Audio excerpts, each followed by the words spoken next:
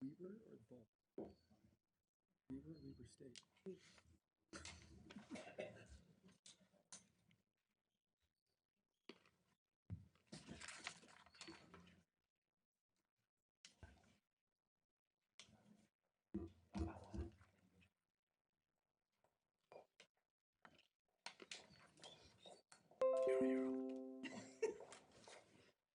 Week after that? Yeah, that's what happened.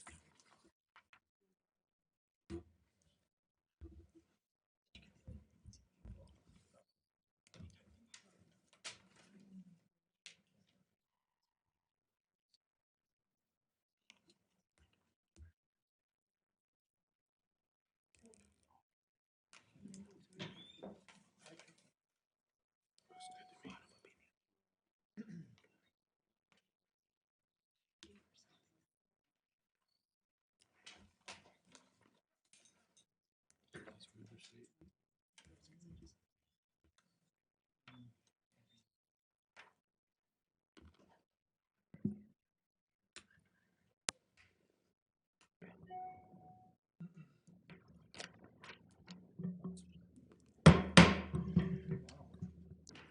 Welcome everybody to the 6 p.m. City Council meeting of October 22nd, 2019. Let the roll call reflect that all council members are present, with the exception of Vice Chair Chaburka, who has asked to be excused this evening. I've asked past Chair Heyer to lead us in the Pledge of Allegiance this evening. Please rise and repeat the pledge with me, please. I pledge allegiance to the flag of the United States of America and to the republic for which it stands, one nation, under God, indivisible, with liberty and justice for all.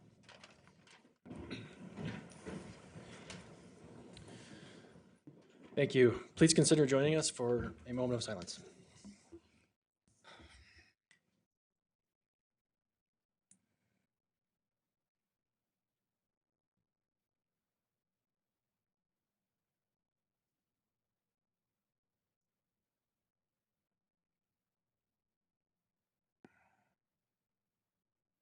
Thank you. The first item on our agenda is a recognition of Native American Heritage Month. We have asked Councilmember White to read that for us. Thank you, Chair Nadolski. I am excited to read this proclamation. Declaring November 2019 Native American Heritage Month in Ogden City. Whereas for millennia, before Europeans settled in North America, the native people of this continent flourished. From generation to generation, they handed down invaluable culture knowledge, and rich traditions. Native Americans were the first to live in what is now Ogden. And whereas Native Americans have significantly shaped our country's character and culture, they were the first stewards of our environment and helped to build the very fabric of America. Our cultural heritage has been enriched immeasurably by their customs and traditions, with each tribe sharing wonderful portions of its unique history and character. And whereas Native Americans have also served this country with distinction, sharing their wealth of knowledge and talents. Many foods, medicines, and remedies that are used today were introduced by them, and they have made notable contributions in education, government, law, medicine, sports, art, the military, science, and literature. Their many contributions continue to enrich and strengthen our community, and whereas we cannot forget the long and unfortunate chapters of violence, discrimination, and deprivation Native Americans had to endure. For far too long, the heritage we honor today was disrespected and devalued. We cannot ignore these events or erase their consequences. But as we work together, we can learn from the lessons of our past and forge a brighter future. And whereas today we honor the legacy of Native Americans and celebrate their rich history, Native American Heritage Month is an opportunity for our community to learn about Native American culture and gain an awareness of the unique challenges Native people have faced and the ways in which they have worked to overcome these challenges. Now therefore, the Ogden City Council and Mayor Michael P. Caldwell hereby proclaim November 2019 Native American Heritage Month in Ogden City. We recognize the profound influence of Native Americans and acknowledge the importance of their contributions throughout the greater Ogden community. We express our sincere appreciation for Weber State University's 14th Annual Native Symposium and for all others who are working to highlight and embrace Native cultures. And Chair, I would like to adopt this. Make a motion. I'd like to make a motion, thank you, to adopt this proclamation. Second. We have a motion by Councilmember White, seconded by Councilmember Lopez to adopt or approve this joint proclamation. This is a voice vote. All in favor, say aye. Aye. Aye. Any opposed? That passes.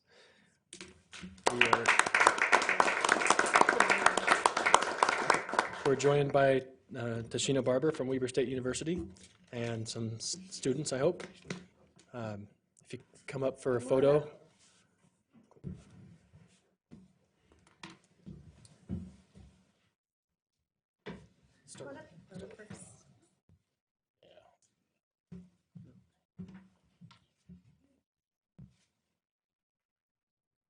And then just, you want to go down the... Thanks for being here. Thank you. Oh, yeah. Thank you. Thank you. Thank you so much. Don't forget the mayor. Yeah. He's really the man to give a shake to. Thank you. Thank you for being here. Thank you. Appreciate your time. Thank you. Thank you. Thank you. Thank you. Thanks for coming tonight.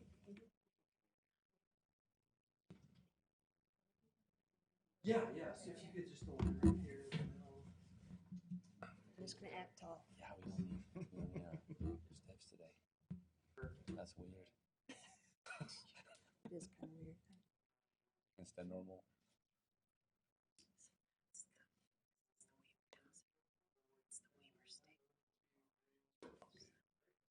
My smile. Yeah, so if you want a few minutes to. We're just going to introduce ourselves. Yat Eshe Tashina Barbara Yanishia to Hananishna Batani Bashashin Eshin Hadasha Chedo Kintachini Dashanala. What I've shared with you are my clans. I identify me as a Navajo woman. Thank you for the support that you all have provided us. Members of the American Indian Council are here and they'll share a little bit of information about themselves.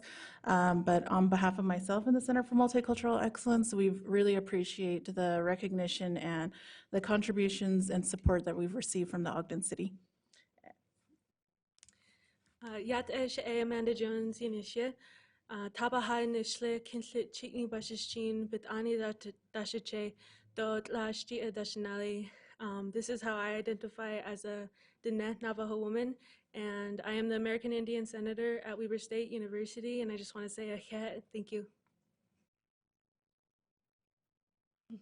Good evening, I'm Jeanette Jones. I'm from Fort McDowell, Arizona. I'm Yavapai in Oklahoma, Kickapoo. And I just want to thank you guys for the recognition and the support. And I'm proud to be part of the American Indian Council at Weber State. Hello, my name is Nadina Delgado. I'm Timok Tribe of Western Shoshone, originated from northeastern Nevada. I'm on my second year as president of American Indian Council at Weber State University. On behalf of Weber State, the Center for Multicultural Excellence, and American Indian Council, we extend our gratitude to the city's just recognizing Native people and our past and present. So thank you. Thank you.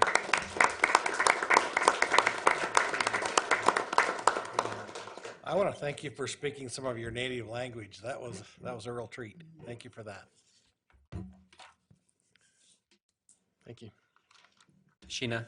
Yes. Sorry, I want to second what Councilman Heyer said. And I just want to say also that since he made a comment, I've had an idea we teach ESL classes at the center where I work for Weber State, and we have taught Spanish classes before. And I've always had the idea to see if at some point we could teach some native languages to the community. And at some point, I'd like to get a hold of you and have a conversation about that. Okay. Well, sorry, would you mind coming? Yeah, Because thanks. Sorry, you need to be on the microphone. I should have brought the details, but during the Native Symposium on the 4th, which is a Monday, we will have a Native language workshop primarily geared towards Navajo. Each year we try to rotate the different tribes here in Utah to feature at this event. We are going to have a Navajo code talker coming on the 5th. It's an evening event, and we hope that a lot of our community members will be there to hear his narrative and his experience. The day before, I'm going all over the place here, but we will have that language workshop at 10 a.m. and it's taught, it's going to be presented by a Navajo language instructor who works with the Davis School District Indian Education Program. Right. So there's some movement there, but I have also taught that class, so I'll definitely stay connected to see what we can do to do When is some. the symposium again? There is the workshop for the language component on the 4th, which is a Monday. The following day in the evening, on the 5th, on Tuesday evening, is the keynote speaker, Peter McDonald Sr., who is a former Navajo code talker. So Okay. that will be taking place in a few weeks from now. Thank So, you. Yeah. Tashina, Thank you. do you have time for one more question? Yes. Excuse me. I'm just curious if you know how many tribes are represented in the student body, or maybe not in the student body, but in the American Indian Council? We have 1, 2, three. We have quite a few different tribes. Currently, I'm going to say the most diversity we have in the group itself is 5. We have members of the Goshute. We have members from the Uinta Ute tribes. We also have other tribal members from the Northwestern Band and also the band from Idaho. So a lot of them are local. We primarily have more Navajos here, but we try to be very inclusive to the other tribes because we do have different cultural backgrounds and ways that we do things. So we try to be very embracive to all of those identities. So. Yeah. Just to give you more facts, Weber State has roughly about 183 Native American self-identifying students, and that's up since 5 years ago, which was about 118. So we're doing pretty good. Yeah. Okay, thank you. Thank you so much. Appreciate it. Mr. Chair, are they part of the diversity commission or group? It's a good question. Sure. We don't Maybe. see you here often, so we, Do you, we're do anxious you, to.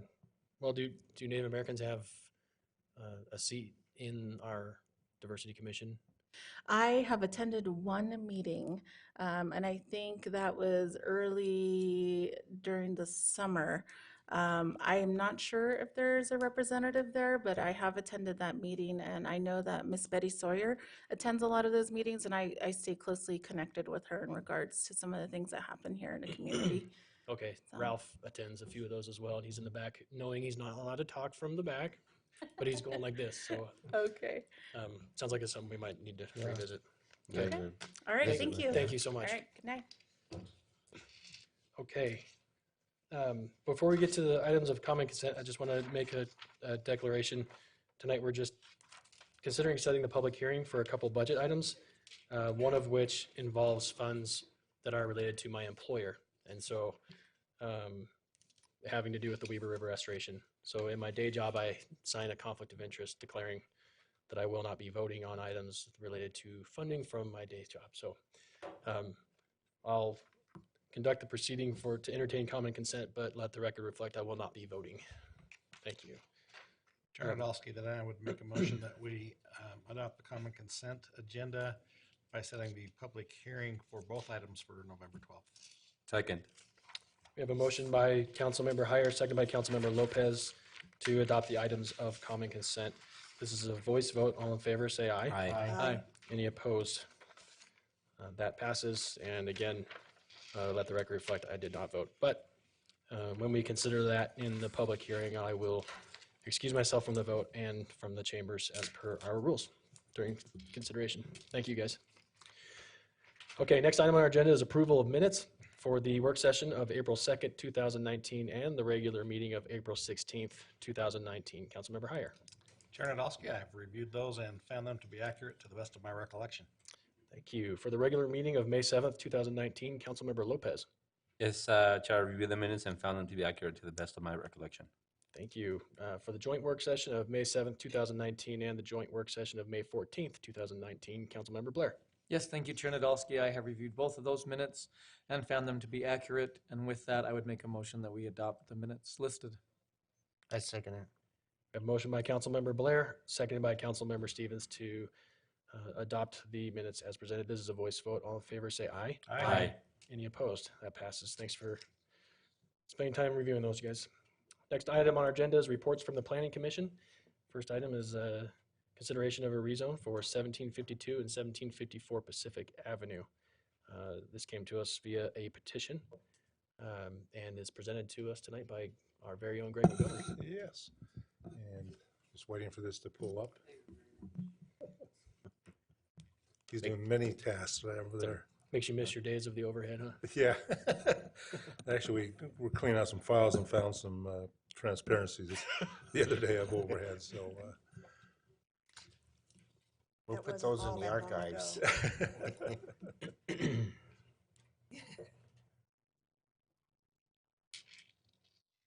We also found some carbon paper too. That was longer ago.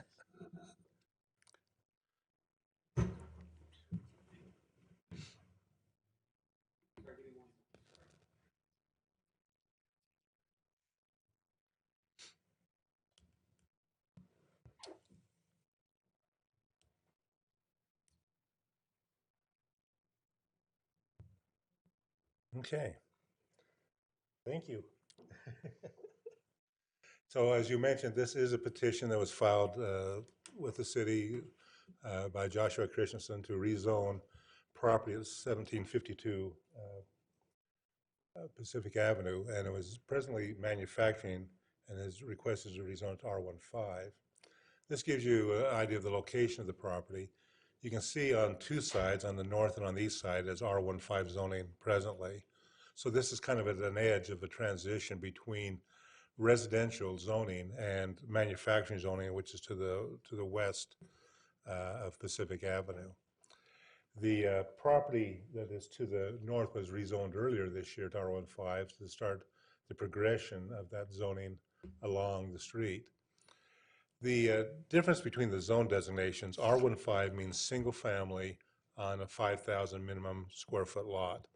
The M1 is a manufacturing, light industrial type use. And so the request is to make a change really from character of the area that's on the zoning map. However, the area really was kind of a mixture all the time. There's a lot of residential area down there that prior to the Gibson Community Plan was all zone manufacturing, and then with the Gibson Community Plan, a lot of it was rezoned to residential where there's a majority of housing. Some of the other areas that were on edges were left to be looked at as individuals may desire to do certain things with it.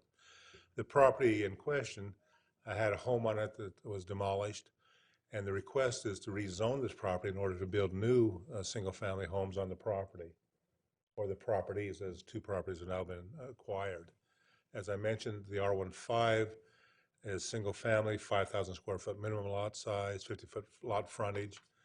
With this rezoning request and the request that was done earlier this year, that could give a potential of 5 lots to be built on this location on Pacific. As the Planning Commission looked at this, they looked, of course, at the Gibson Community Plan and at the general plan.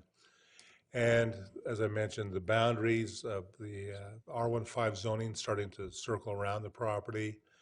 The fact that this would follow the boundary lines of parcels and not divide the parcels up, those were consistent elements that the commission felt were important in zoning.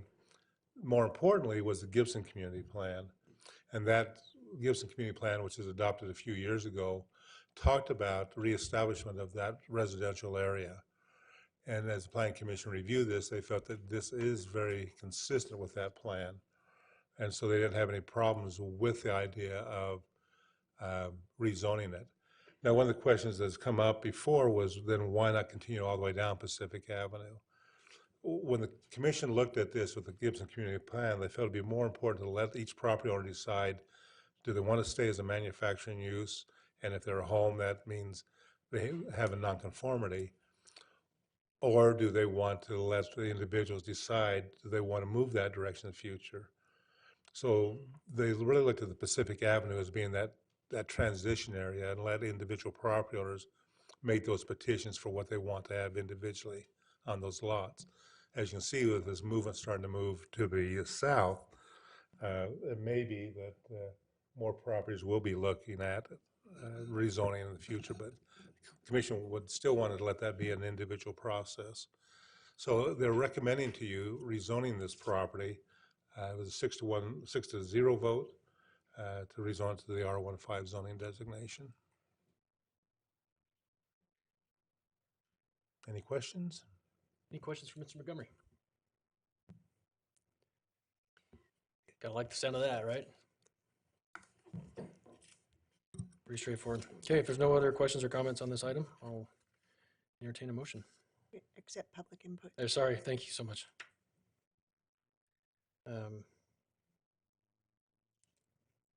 We don't have public Mr. input Chair, on this. and the petitioner as well, if you want to invite him Yeah, to. we right. have probably try with the petitioner. Thanks. I tried. Sorry, Greg. Okay, we're joined by the petitioner, John Christensen. John, if you want to take a few minutes and address the council. I'm sorry, I almost forgot you there. That's okay. No, I Greg get- said everything I was going to say I anyway. get ahead of So myself. he pretty much summed it up. I'm the owner of both parcels right now. The parcel to the north, we were here a couple months ago and we got it rezoned. I should have rezoned the parcel to the south. It has a home on it currently.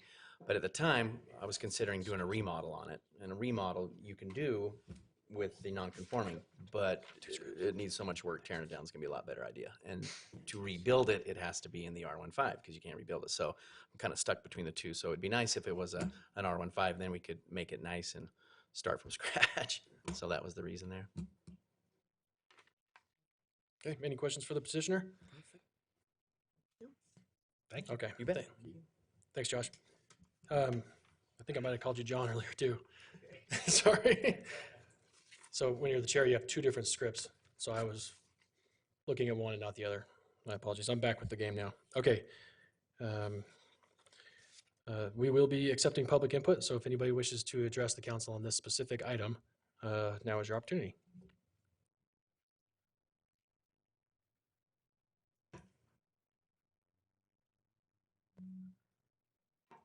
Do you need a motion? You don't have to Okay. have a public input. Seeing no motion, we will entertain action on this item. Chair Nadolski, I propose that we adopt ordinance 2019-44. Second. Thank you. We have a motion by Councilmember White, seconded by Councilmember Blair to adopt proposed ordinance 2019-44. This is a roll call vote. Councilmember Blair, Aye. Councilmember Hyer, Aye. Councilmember Lopez, Aye. Councilmember Stevens, Aye. Councilmember White, Aye. Chair Nadolski. Aye, that passes. Thank you, Greg, and thank you, Josh, not John. Okay, next item is cannabis amendments. That is back to you, Mr. Montgomery. Back to me. Yep. So this is a recommendation from the Planning Commission regarding ordinances for the regulation of medical marijuana. As you are aware, the state has enacted standards for medical marijuana, medical cannabis. And that took place in a couple things. First, as a general election last year, Proposition 2, and then the state had a special legislative session. And just recently, in September of this year, they also went back and did some modifications to that act. That act requires that communities, well, first let me get a statement here, because I know there's some questions that came up from some council members early on about how does the state law and the federal law not work together? And in terms of the regulations, the Department of Justice in 2009 made a comment with the intent of not to prosecute any actions that are in compliance with local state laws in regards to medical marijuana. So with that kind of general comment, when the state adopted their regulations this year, they made it clear that a municipality cannot deny or revoke a land use permit to operate a cannabis production facility on the sole basis that it violates federal law. And so you have those two regulations that have been, or two statements that are in place now saying that this is really a state matter in terms of medical cannabis, and as long as it stays within the state, it will be a state issue. So when the state adopted the regulations, they then talked about two things being created. One, establishment of what they call a cannabis production establishment, which has three parts to it: a growing facility, a processing facility, and a testing facility, and then also then a pharmacy. Those two items, the state law says that the cities, the counties, need to allow to have happen in their communities. They did allow the cities or counties the flexibility to define certain locations for the manufacturing processes that could then be in a manufacturing zone that the city or county could identify. Otherwise, it would be allowed in all manufacturing zones in that community. They also said that the pharmacies would be allowed in a commercial or manufacturing facility. But state law then also added some exclusions or boundaries of what they call community locations and also residential buffers. So as we look at our ordinance tonight, we're taking into consideration those state laws and taking the advantages that they have and looking at what's best for Ogden in terms of the fit. In in that law, they said if you don't have a designation of a certain manufacturing areas, in all manufacturing areas, it'll be allowed. And as you can see, the state law sets some parameters that we don't control, and that's the number of facilities. In the terms of the cultivation facilities, that's the growing areas. The state issues those permits. There's a maximum of 15 under the present law that would be allowed throughout the state. They're also, they set in the recent amendment to the bill, set a sign limitation of a 4x5 sign is the only type of advertising that can take place on the property. They also added in the provisions just recently to that buffer area, the 600 feet from primary residential areas and 1,000 feet from community locations. They also added a recent amendment that they have a 20% leeway from these distances that the state can grant as a reduction if they feel it's so appropriate. And so we need to be aware of that as we have these maps, the state still has the leeway if they feel that too many areas are restricted, that they can take a 20% reduction in those distances to provide opportunities for other areas. Two words are used in that buffering, and that's primary residential.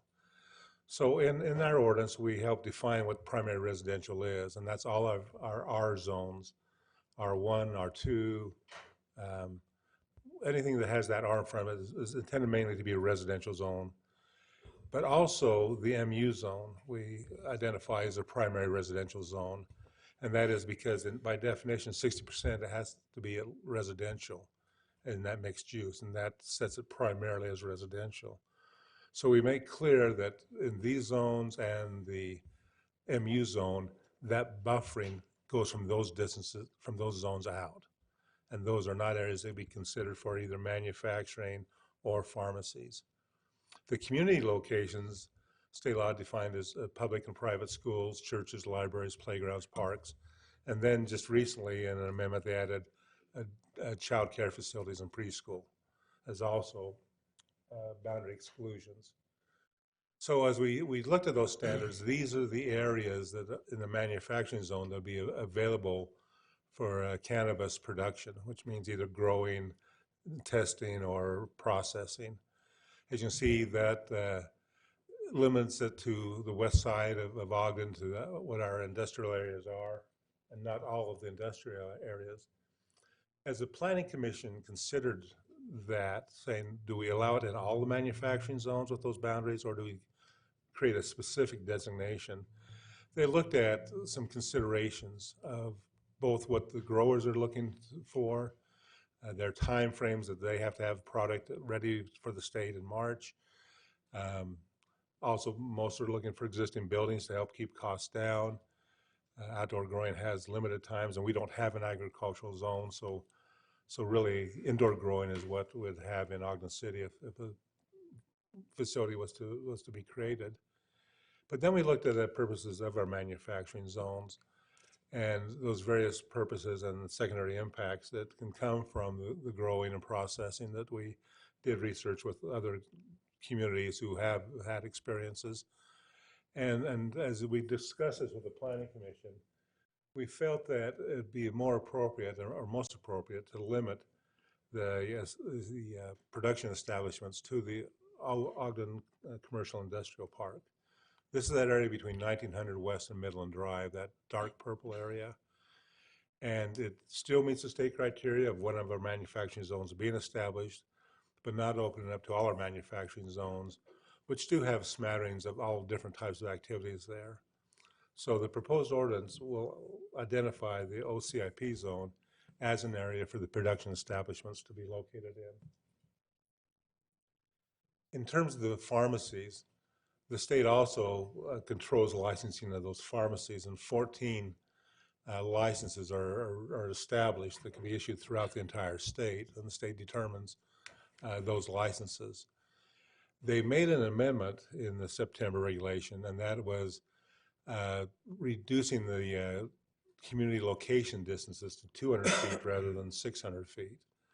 And so with that revision, we had to amend our maps Again, also in the pharmacies, they have that 20% leeway language in it on those distance restrictions that the state can make a determination on.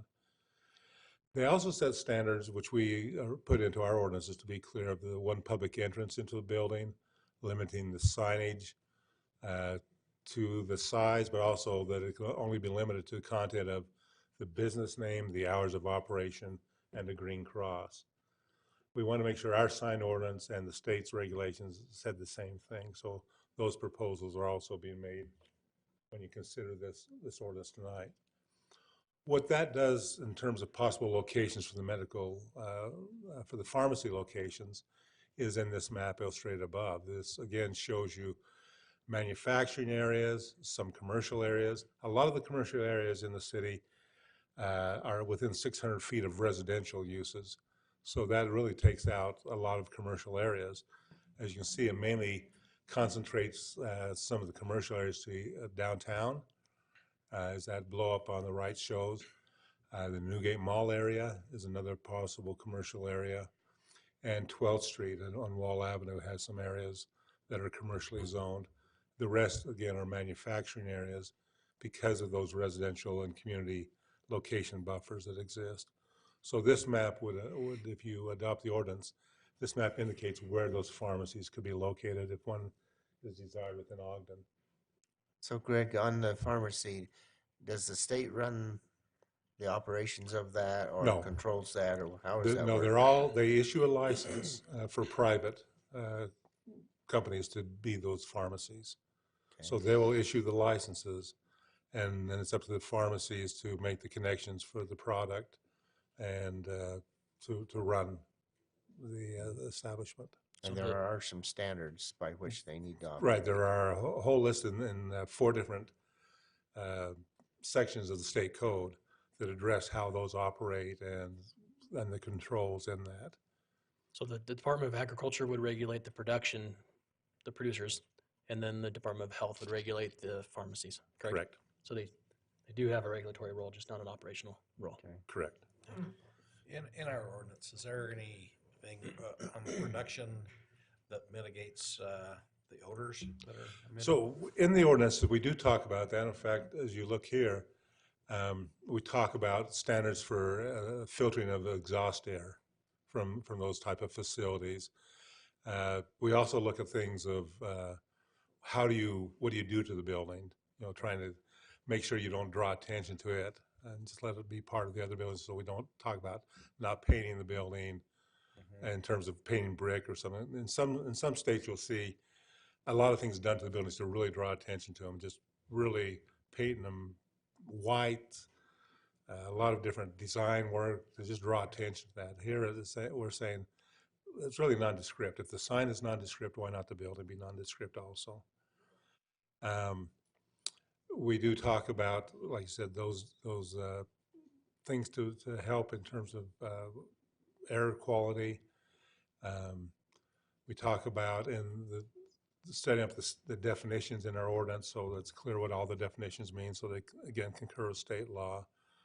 And so really a lot of the things you're seeing tonight are things that we're doing to try to mimic the state law, but make it clear that here's how Ogden's ordinance works and is in compliance with state law.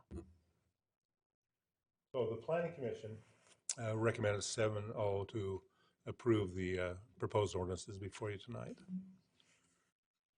Any questions from Mr. Montgomery? Is there a timeline to have this ordinance passed by? Really, if we don't have it adopted, then anyone can do any of those. They can do any manufacturing zone and any commercial zone, and just follow state laws. The state has given us a little time to put this in, and that's really, we're at the end of that time. We're getting a lot of phone calls from people wanting to be able to locate facilities. And so it is important that we have that ordinance in place. If you're comfortable with it being the OCIP, if you feel concerned, then any of the manufacturing zones then become open for the productions. So there's a little area, it looks like, within our downtown that it would also fit as far as a pharmacy. Correct. As we build the downtown, would that change, or would that be grandfathered in if they have that? And It would not change. It would stay the same because the way the provision reads is any commercial zone that is not limited by what we call the primary residential. So even though we may have housing as part of a downtown, it is not a primary residential zone. And so it has to be allowed. The other thing the state law says is you cannot set distances between pharmacies. You know, for example, we've done that with smoke shops and title companies and those. The law is specific that you cannot set distances between other facilities. Greg, are we getting more inquiries from the production side or the pharmacy side? Or do we have- It's going now to the pharmacy side. Early on, it was production side, and now it's more pharmacy side. So- And again, they're all based on that license being obtained from the state. Yeah. And there can only be up to 14. Correct. And Throughout that's the entire state. That's statewide. Statewide. Are they looking to maybe concentrate north where the? Well, in the I'm sure they're going to look at urbanized cities? population numbers and Yeah. you know, there may be 2 in the Weber County, maybe, you know, Okay. this is speculation, but Sure. Yeah. you just look at those numbers and you think, well, Salt Lake area, maybe 3, Yeah. 1 down south, some down south. Okay. One of the things they changed in the state law too is the ability of the pharmacies to deliver the product. That you don't have to walk into the pharmacy; it can be delivered. That was a recent change that they did in September. Can or can't? Can or- be? Can, Can be. yeah. Okay. Before you had to come into the pharmacy. Okay. I accept your speculation and appreciate it. Thank you. Any other questions for Mr. Montgomery? So do we, as a city, have to report to the state of these areas that we've designated for that? No, we just have to put it in our ordinance so that we have set something that is more defined than what the state ordinance is. If we don't have anything, then the state ordinance is what you have to follow. Okay. I think that's it. Okay. We will also accept public input on this item. If anybody cares to address the council on cannabis amendments, now is your opportunity. Ralph, please limit your comments to 3 minutes. And oh, your remote.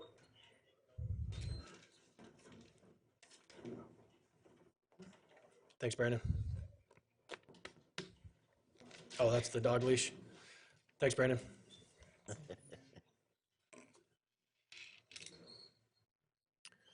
Please state your name and limit your comments to 3 minutes. Wood? Ralph Price, 636 6th Street. I'd just like to say that, looking at the map and looking at everything there, I'd like Ogden, the city, to remember that racial diversity here. And this, I look at that map and everything, I can understand with the growth pattern and everything, looking to do it in the areas that you are. And this, that good commercial use of that land that's maybe a little deficit. But as I look at where, if you're talking about for the pharmacies, even if it's only 2 placed here, the place that we're talking about is 20th between Washington and Wall and this way, and that's a minority section. That's a minority section town where there's not many whites or anything like this in there, but maybe it'll be a good thing. But I'd also like to see that there be the option that maybe in one of the other areas around town that are on the white side of town, or on the white side of town, extended out this way or extended out this way. It'd be discussed and the possibility being there so that it's not such a obvious choice that we're putting these things in a certain type of area, and we're excluding them from a certain type of area. I'd just like to see that thought was given to it, the perception of it, because Ogden has always been the state of Utah's sense of growth for all minorities being here as well as whites, and we have all just had a great time living together. I don't want to see that we start doing legislation, we start doing growth patterns and strategic planning and everything, and we sectionally do things. We do things up on the east side and up here in the south side and everything that are great mountain trails and all these type of things. We still have Marshall White's not done. And that's, you know, there's an anger and there's a frustration with inside the minority community that it seems like everything is being done outside and around. But when it comes time for something like this, cannabis is a new thing on this medical side. Okay, it may be, but it has a stigma that has been there for years, and as I just don't want to see if something placed, only consideration be in that boxed area that where we have the biggest growth of minority businesses, minority housing and stuff like that, and that's the only area we can put these things of question into.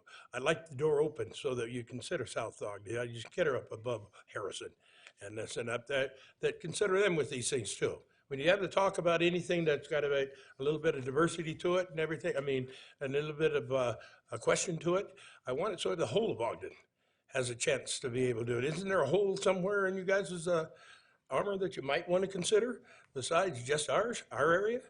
Okay, that's all I want to say. Thank you, Ralph. Anybody else care to address the council? Okay, seeing no movement. Any comments to the item from council members or?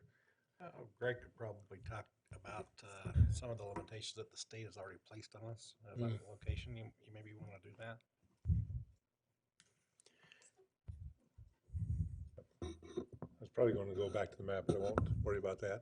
So what the state established was a 600-foot distance from any residential zoned or residential primary use area.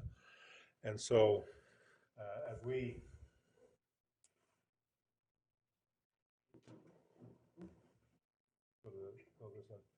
we created this map, it was all created based on what the state said. They will not issue any licenses to anything that is within these distances, 600 feet of a residential area or 200 feet from the community locations. So we took all those requirements and said, this is what is left in Ogden because of what the state had established. So we can't expand beyond that because the state says we won't issue a license if they are closer than these distances. So this map reflects what those distances are that the state created. Of course, the state made a blanket statement, not knowing how each city develops and how each city looks and shape and those type of things. So this really is just following what the state will only issue licenses for, whether or not we identify it on a map. That would say, if you're within these distances, we won't issue a license. So this is to identify for us where are those locations in Ogden City. Okay, thanks for the clarification, Greg. So we could only have maybe one pharmacy then? It'll be up to the state to determine how those licenses are issued, but I would assume we'd have one at least. Yeah. Okay. How many statewide? 14. 14. I bet we have more than one. Probably Just a two, guess. maybe two. Is that like Weaver State by 15 or is that? Okay. Yeah, that's my prognostication. Yeah. Thanks, Craig. Okay, Chair, I think I want to make it clear because I think Ralph made a comment, and I just want to make sure everybody understands this is being dictated by the state, and there are zones, or the residential zones, open space. And so when we start to draw lines around the city, there's not a whole lot of places that we can put these. So it's not us that's trying to create that, it's the state that's required that. So I want people to understand this is not ours to really draw those lines. Yep. I do know where you live, though, and I do see where your senator is sitting next to you, your state senator. I think that's important, what Marcia has indicated. Correct. That, we do have regulations that we need to follow in that aspect there. Yep. Thanks, you guys. Okay, any other comments or questions or action on the item?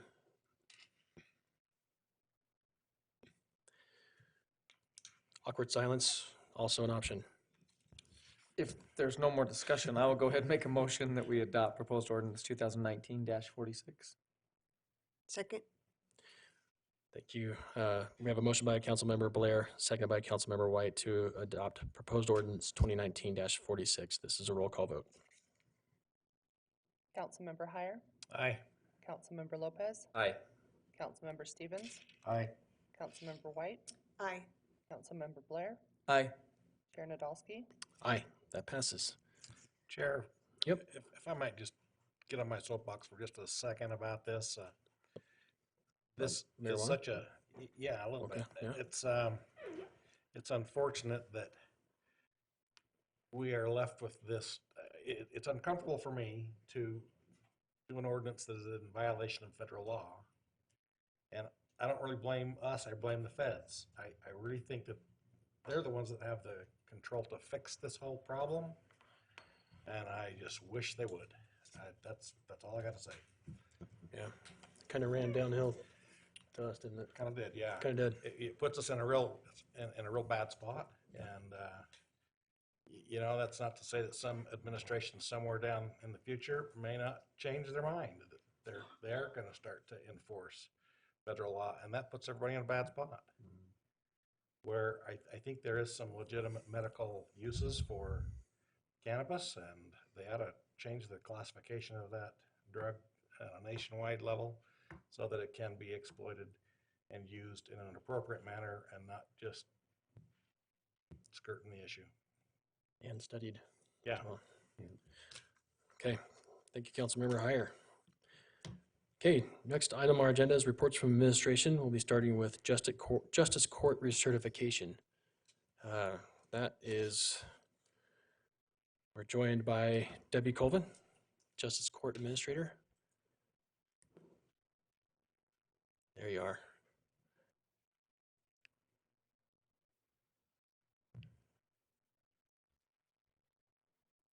Good evening. Good evening. This is Judge Clay Stuckey, and he has been kind enough with our certification to be able to represent to the council tonight. So we understand at the Justice Court that even though we are a third branch of government, we aren't a mandatory branch, and it is optional whether Ogden has a Justice Court or not. So I thought it might be useful to talk about what we are trying to accomplish at the Justice Court as we administer justice for the misdemeanor and small claims cases that come before the court. We think at the Justice Court that we do help the city quite a bit by addressing the misdemeanor crimes within the city and the small claims cases. We think there definitely is a help to the community safety, the city's image, and we believe that actually rolls into economic development, basically. And probably the best case I could make for that is if you look at what happened in the Rio Grande area in Salt Lake City, where due to some overlapping tensions between different jurisdictions, the county sheriff, Salt Lake City, where the smaller infractions and misdemeanor crimes were not enforced for a number of years. What you had was a great increase in vagrancy being concentrated in an area, disruptive crimes, the smaller assaults, the disorderly conduct, and things like that got to the point where businesses couldn't operate in that area. All the businesses wanted to leave the area. Probably all of you ate at that wonderful Rio Grande Mexican restaurant there that when I worked in Salt Lake City, I loved to go there, until the neighborhood started to have such an appearance of degradation due to all the small crimes being concentrated around that area that people wouldn't go to that restaurant anymore. And you had a business owner with a great investment in that business being ruined by a lack of enforcement. So we think by addressing those smaller crimes, it makes an incredible difference to the image, to the feel of a community, whether people like to come to Ogden, whether people like to go downtown to Ogden. You want a friendly, orderly community that people feel welcome in. And if you allow the smaller crimes to increase in an area, that definitely changes the image of the city. And so with the district courts being very busy, we feel that's the purpose of the justice court. And that's the way the state views it as well. The justice courts are able to spend the necessary time looking at those smaller cases to try to see that justice is done, and to make sure that the smaller crimes don't turn into bigger crimes, and the smaller crimes are addressed in a positive way that hopefully turns the tide and avoids recidivism, and helps the community be a better place to live. I think we all have a lot of pride living in Ogden. It's a wonderful community with great diversity. I'm very proud to be a resident of Ogden. I definitely love this city, and we feel the Justice Court does a lot to make sure it stays a wonderful city, and if possible, even improves with that. A few positives that I'd like to address about the Justice Court. First of all, you have a wonderful staff. I can't take any credit for that. I probably have to give Ms. Colvin most of the credit for that. But we have a wonderful, diverse staff, men and women. It reflects the community quite a bit. We have out of the 12 full-time clerks, we have 5 of them that are Hispanic, 4 of them that are very fluent in the Spanish language, so that any Spanish speakers will always feel comfortable. We have 2 full-time interpreters that we use, that the district court also uses, that help any Spanish speakers address their cases, and they are wonderful interpreters. And then again, we have 4 clerks that are fluent that can help people as well.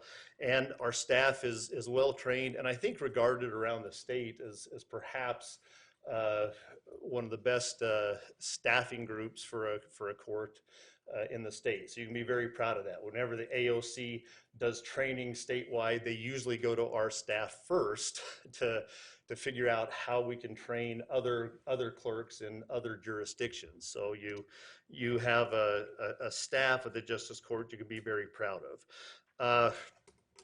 Things that I think we've improved on in the short tenure since Judge Junk and I were appointed as Justice Court judges, and I'm still very grateful to all of you for allowing us to serve in that capacity. I felt like I was very candid and upfront and honest with you about what I hope to achieve as a judge and how I would administer my court, and you went ahead and appointed me anyway, and so I felt like I've had a bit of a mandate, and I've tried to administer the court with a lot of compassion, with a lot of understanding. We do try to balance out, justice and enforcement with the law, but with also helping people.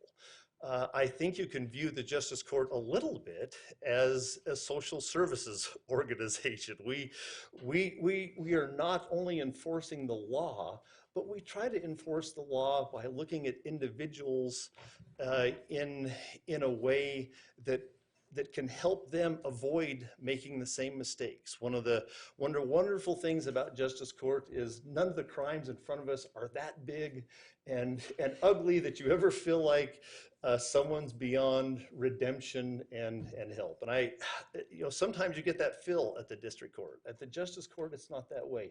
We are always trying to help people improve their lives, trying to help people find a better way so that they don't appear in front of our court again, and they can work out their problems. And I think we accomplish that. We do have some frequent flyers that we see again and again, but I think we have a lot of success stories in that the Justice Court works with people to try to help them realize their mistakes and avoid making the same mistakes again. And we do see a lot of people change and do well. We were picked to help spearhead a new drunk driving program called the 24/7 program. and Judge Junk and I have been very active with that, trying to help people stop their substance abuse issues. The Weber County Sheriff has worked closely with us in administering that program to make sure that somebody that makes a mistake with drunk driving doesn't make that mistake again. And we're seeing a lot of success in that program. I think if you were to watch our court, and I would invite all of you, if you ever have any concerns, or if you're just curious how your court operates, I would invite you to come in and sit in on a session of court. I think we have achieved a very high level of procedural fairness in our court. And I think that there's probably always been substantive fairness at the Justice Court, but I think we have achieved a level of procedural fairness where I believe, honestly, most of the people, when I say most, maybe as high as 90%, feel like they have been heard and they were treated fairly. They might not always like the sentence or paying a fine or even jail time, but I think they will at least feel that the judge listened to me, that the process was fair, and that's an important part in their rehabilitation and not making the same mistake again. Study after study has shown that that it's not the punishment that's the biggest deterrent to committing the crime again, although that's part of it. The bigger factor in whether someone will buy into the system and try to be a law-abiding citizen, the biggest factor is whether they feel the system is fair. If they feel that they aren't heard and the system is rigged against them, they're likely to view themselves as outsiders and say there's nothing I can do about this. But if they feel like they have some input in that system and they've been heard, they are more likely to engage law enforcement in a more positive manner, and they are going to feel that they have some control over their own lives and they can do things to change, and that will be recognized. And I think in the past several years, we have made great improvements in the Justice Court. That's been a point of emphasis for both Judge Junk and myself, is to make sure there is a great deal of procedural fairness, that we try to make sure everyone feels like they've been heard and treated fairly. And as much as you can have a criminal prosecution be a positive experience, we honestly try to make it as a positive experience as possible, that we're there working on a problem to solve it so you don't make the same mistake again when we're dealing with people. The public defenders that we have at the Justice Court, that's been a great improvement. Just over it hasn't been quite 3 years I've been a judge in your court, but we have made great improvements over the quality of representation for the indigent with the public defenders. We have 2 very committed public defenders now that track the cases from start to finish and do an excellent job. And the city attorney's office should get a lot of credit for helping improve that at the city level. You can not all justice courts are as well served by their public defenders as the Ogden City Justice Court is, and you probably have 2 of the better, if not the best, public defenders in a justice court in the state. So that is very well. Again, our court administrator, Debbie Colvin here, helped spearhead an initiative that we wanted to do, which is the Lantern House Court. And that is where, realizing that a lot of our trespasses and some of the other crimes stem from underlying problems, one of them being homelessness, we hold a session of court every month at the Lantern House to try to get at the root cause of some of their issues. What we're trying to do is give the people that are homeless extra incentive to work with the counselors at the Lantern House to help them find housing, to help them address their other problems, whether it might be substance abuse or a lack of ID or a lack of employment, other things that will help them get away from being homeless that eventually leads to trespass charges and drug charges and things like that. By addressing that root problem and having that tied into the court, we have seen people engage in the programs of the Lantern House in a more productive way and graduate out of the Lantern House program and find housing where we won't see them again on trespass charges or drug charges. And I guess one last thing I'd address is that I think the city can be proud that we have a very efficient court. The administrative office of the courts, the AOC, does a ranking of weighted caseloads for the court, and both Judge Junk and I have a 1.6 weighted rating for judges. And what that means is each judge does the job of 1.6 judges. And we think we've been able to be very efficient, so we have a heavy caseload without needing to hire another judge. I mean, technically the AOC would say, well, you need 3.2 judges for your court based on your caseload. But and this is again mainly attributed to the wonderful staff we have. We have Ms. Colvin here, and then we have our two lead clerks. Pam and Jerry are both here, who are extremely knowledgeable. In fact, they could probably easily replace Judge Junk and I probably shouldn't tell you that, but they could probably easily replace us. They're so smart and understand everything in the court, and they help us operate at such an efficient level without sacrificing procedural fairness and caring for the individual, that we can get through that caseload in a way that's very productive for everyone involved. So I would love to, and please feel to ask questions of Debbie or me now if you wish, but we would love to schedule some time with you in a work meeting to address any concerns you might have about the court. One of the things we have to do for the recertification is one of the boxes that the AOC wants to check is that we have had communication with the city council, that the judges have had that communication. So this is our attempt to to check that box today. But we want you to be proud of the court that you have in the city. We're awfully proud of it. Our staff is very, very customer service oriented and tries to help people and go the extra mile to help people.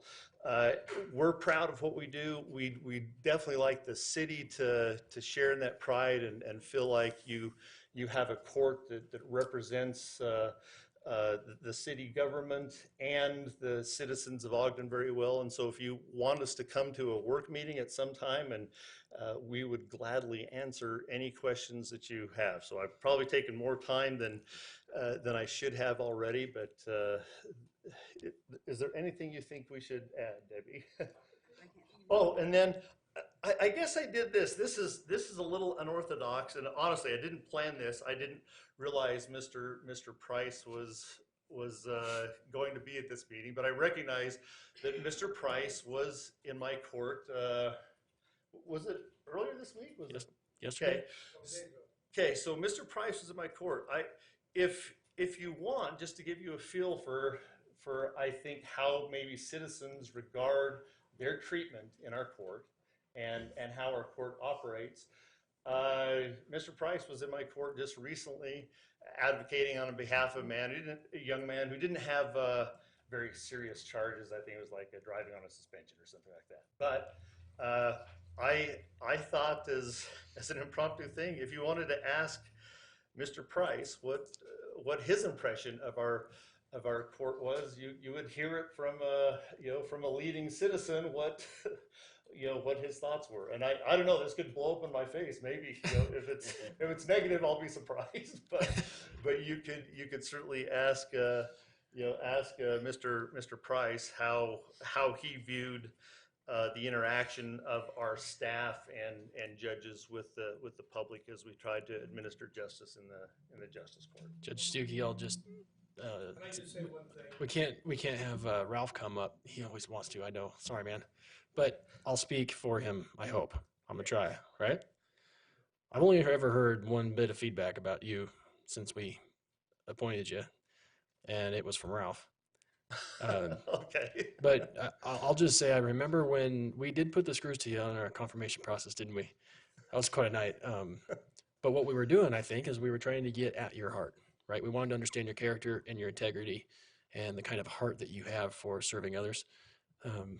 And when Ralph called me to tell me what had happened, he didn't call me because he knew you were on our agenda tonight.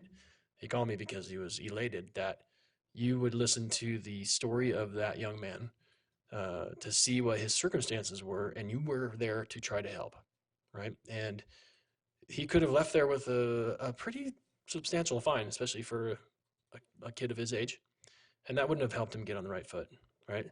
But you recognized that he had been serving the community alongside Ralph, right? He had put in a lot of dedicated hours, and I've seen that kid do those hours, and you recognized it. And I think that that kind of a decision and that kind of discretion is the kind of thing that we had hoped for when we got to know your heart and your character that night when we appointed you. So I was thrilled to hear from Ralph about that, and I hope that that is not an isolated instance. I hope it's a common instance, because that's what we need. Thank you. Well, thank you. Mhm. Any questions or comments for Judge Stuckey? I have a couple comments. Mhm. So Mr. Stuckey, Judge Stuckey, I did have an opportunity to sit in your court one time, and I can also attest to what you're saying, your approach and to treating people and your compassion and your all the stuff that you talked about. I don't know if you remember seeing me there or not, but I went there. I do, and I appreciate that. Sure. I really do. Oh, absolutely. I won't tell anybody why I was there for. But I didn't do anything wrong. I didn't think that little red car of yours went that fast, but Yeah, I will say Councilman Lopez was not a defendant. Right. And I also really do welcome an opportunity to be in a work session meeting and talk to you and some of your staff a little more.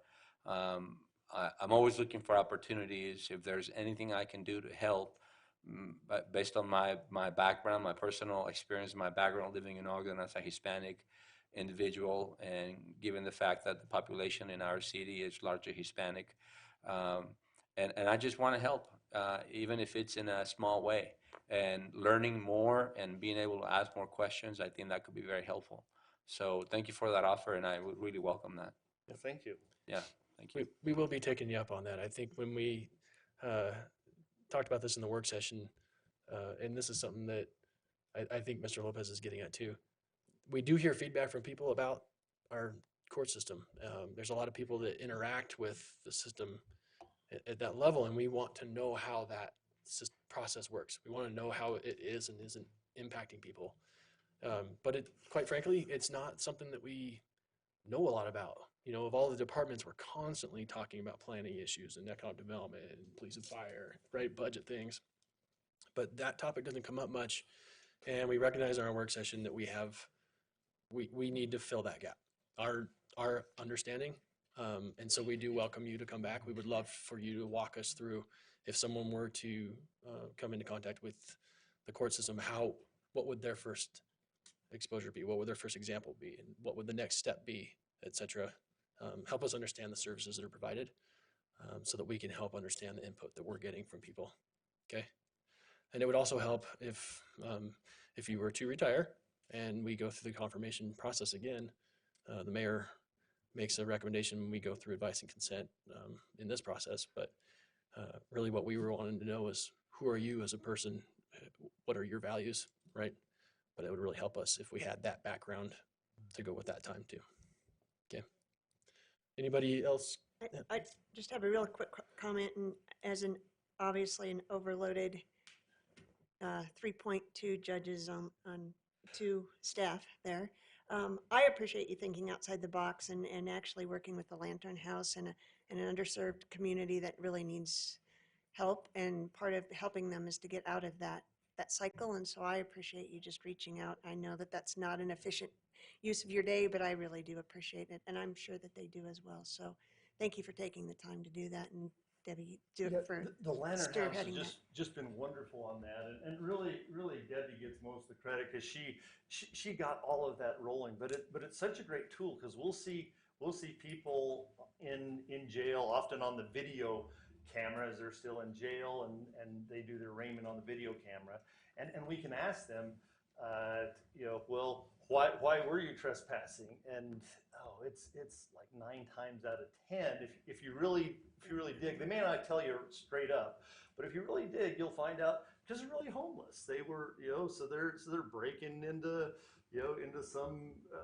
old building or something, or they're camping in some place they ought not to be. But by the Lantern House working so closely with us on that court, what we can say is, okay, well, look, let's get you out of jail, but let's address the problem. Let's have you go straight to the Lantern House. When you get out of jail, go straight to the Lantern House. One of the counselors will help you.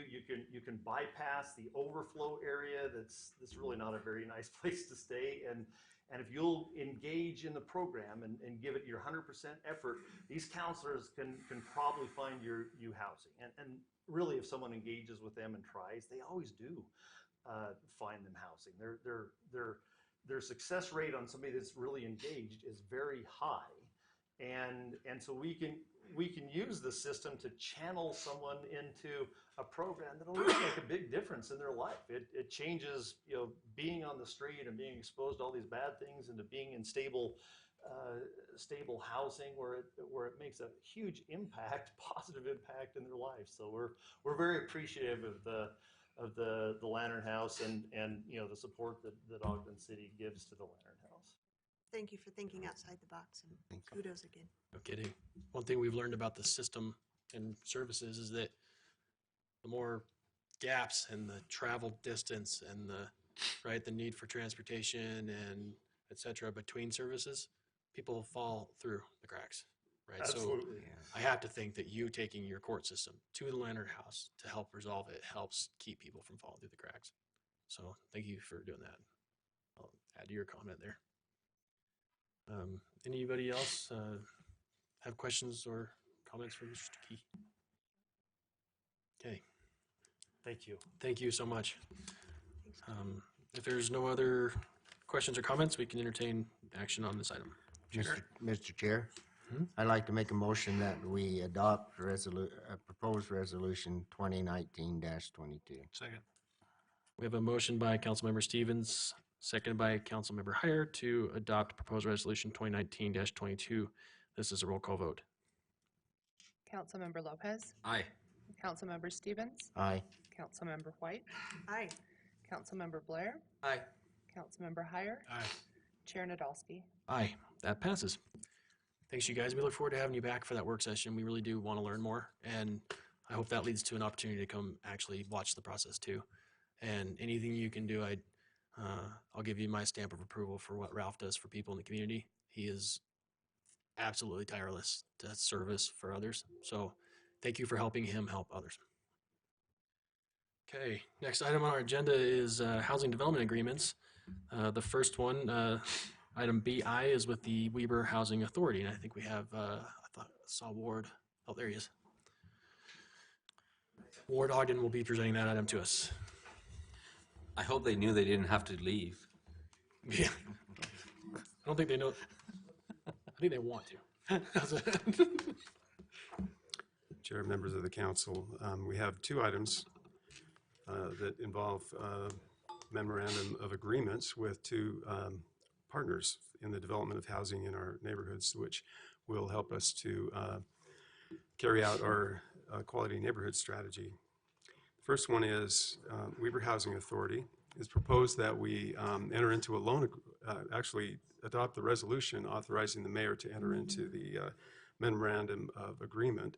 One of those provisions in that agreement is to enter into a loan agreement with Weber Housing Authority to help them develop 3 homes on lots that they purchased from Weber County this summer.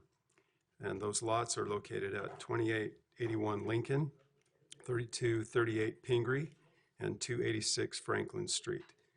The intent is to develop new housing that's affordable to low and moderate income households, initially as rentals and then for sale, so it would be a lease purchase agreement.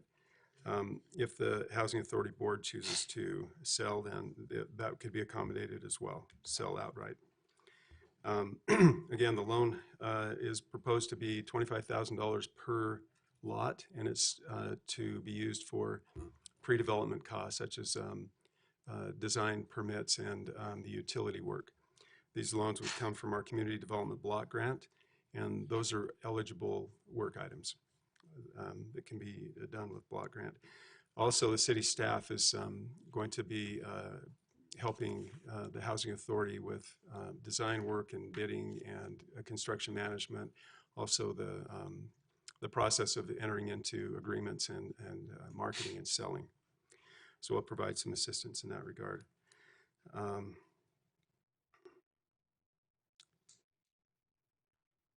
This is a one-time agreement, obviously, for 3 homes. And so this would just be a one loan agreement. The schedule for these projects is that we would start as soon as possible on the first home and complete that around July. And then the other 2 would be completed in December and May of 2020. The reason for this is we're trying to get all 3 homes done in the next fiscal year. So in the next fiscal year 21. That helps us with our block grant timing. Let's see if there's anything else. The homes are estimated to be affordable to households earning about $40,000. And so that's about, what did I say, 47% of median income. That is the first one. Any questions on the Weber Housing Authority project? Are these homes to be, I'm sorry, Chairman Nadolski. Oh, I was just gonna, Are these I was homes gonna to tee it be up for you. purchased or leased? They'll be eventually purchased, so they're designed to be purchased. It'll be either a lease purchase agreement or they'll determine to sell them outright. So they'll be one or the other. I think they're still trying to decide that. So for those who weren't with us earlier, we had a pretty sporty conversation in our work session on this item. We took, because of the timing of when we received the transmittal for this item, we discussed it for the first time before this meeting in our work session, and we're taking action here tonight or considering action. It's a little not entirely customary. Squeezing it. What's that? More than normal. Squeezing it. Yeah, but sometimes that happens. No big deal. But we had a good conversation. Councilmember White had some good comments that. So can you describe for me how we're going to make sure that these stay affordable? I think one of the hardest things for me is that we have had a huge affordable housing discussion in general, and yet we are almost, it feels as almost that we're pushing this through very quickly in order to get houses built by next year. And I just, what if they don't get built by next year? I mean, is there a reason why we're pushing these through to finish them by December 31, 2020? Yep. Yeah, it helps us with our block grant timing for the expenditure of funds and for the aggregation of projects that we do. So these projects would be done by Ogden City if we own those lots. The reason that we're coming to the council is because the Housing Authority owns those lots, and we're doing a loan agreement, which isn't, we don't have a program guideline for that, so it requires a special approval. Whenever the homes are built, they're priced and designed for the neighborhood that they belong in. And so these homes are built to be affordable at market price. So they'll be affordable because of where they're at, how they're built, and how they're priced when they sell. And they're not going to be priced under the market. They'll be priced at the market, which is affordable. So, and that's just the nature of how projects are done. And that's how we've been doing them for the past 20, 30 years. So our market is affordable. Ogden has lots of affordable housing. These are neighborhoods which have affordable housing that's affordable to moderate and low-income people. So it's just based on the market where they're at. And this, Go ahead. and this is my frustration about doing this tonight, because I have a million other questions. Is this within our purview to do that? Is it in our town plan, Sure. all of that stuff. Mhm. I mean, I just am, there's so many questions that I have had, and not having an opportunity to be able to ask this before tonight is really frustrating. Oh, well, yeah, we, we have the ability to loan block grant to someone, the housing authority, to help them with their project. So I approached Andy because she came to me and said, we've got these lots, and I said, well, we have a way of helping you out because she wanted to build homes, and so we just figured out a way to do it. It's perfectly fine. You can do this with the block grant. So I don't know what else to say. It's fine. Okay. Any other questions or comments for Mr. Ogden? Mr. Okay. Ogden. I'll move to the second one, then you can vote if you like, or if you want to vote now, it's fine. We'll take action after you're done with the second item. And They're take very action similar separately. in terms of we're proposing an agreement with Weber State University, again, a memorandum of agreement, and it's for the development of a house on the lot at 2807 Quincy Avenue. The city bought that lot in 2015 it was a tax sale, basically, a property tax sale. And so the agreement would involve a partnership with Weber State University, and there's a number of other players that are interested, a number of departments at Weber State, and the Ogden Can Group is involved as a potential, an interested party, but a potential investor as well. The city would provide the building lot and then recover the value of the lot upon the sale of the home, and the lot's value is $35,000. The project that's proposed to be built is a demonstration project under the Solar Decathlon, Department of Energy Solar Decathlon competition. And it'll be a net zero home, a small, kind of a modest size home, 1,200 square foot home, 3 bedrooms, but it will have a lot of upgrades and amenities that save a lot of energy, and solar and that kind of thing, a lot of green things, so that the utility costs will be low, and it'll be a good demonstration project for that type of technology. It'll also give the students a great opportunity to have a project they can learn how to do these types of projects, and so anyway, they'd like to do these year after year. This project is really intended to be just a one-time project, so the approval is just for this project. There's a notation in the memorandum of agreement which calls for a cooperative agreement. That cooperative agreement really is just the administrative rules for accomplishing this house, so it's not something that you necessarily need to approve. It's just we're going to work out some details and sign an agreement as to how we work on the pro forma of the project, and who does what administratively and that kind of thing.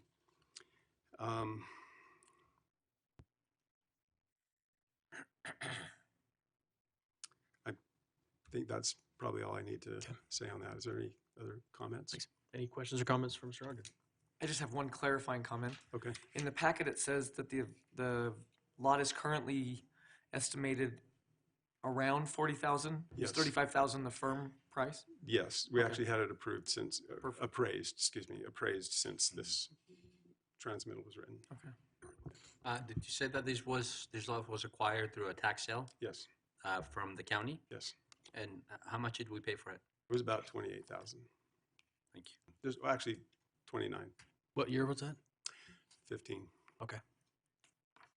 Can we have time and date on the, no. Chair, Ward, if this is a successful project, will that be the opening door for other projects to come, working with Weber State? Sure. They'd like to do projects every year if they can, and so we'll hopefully work out some bugs and maybe come back and see if we can do it again. Okay. I do want to, I mean, I know we had a pretty good conversation about it already, but I do want to commend you for reaching out to the other anchor institutions in the community as an anchor institution in the city, Ogden City.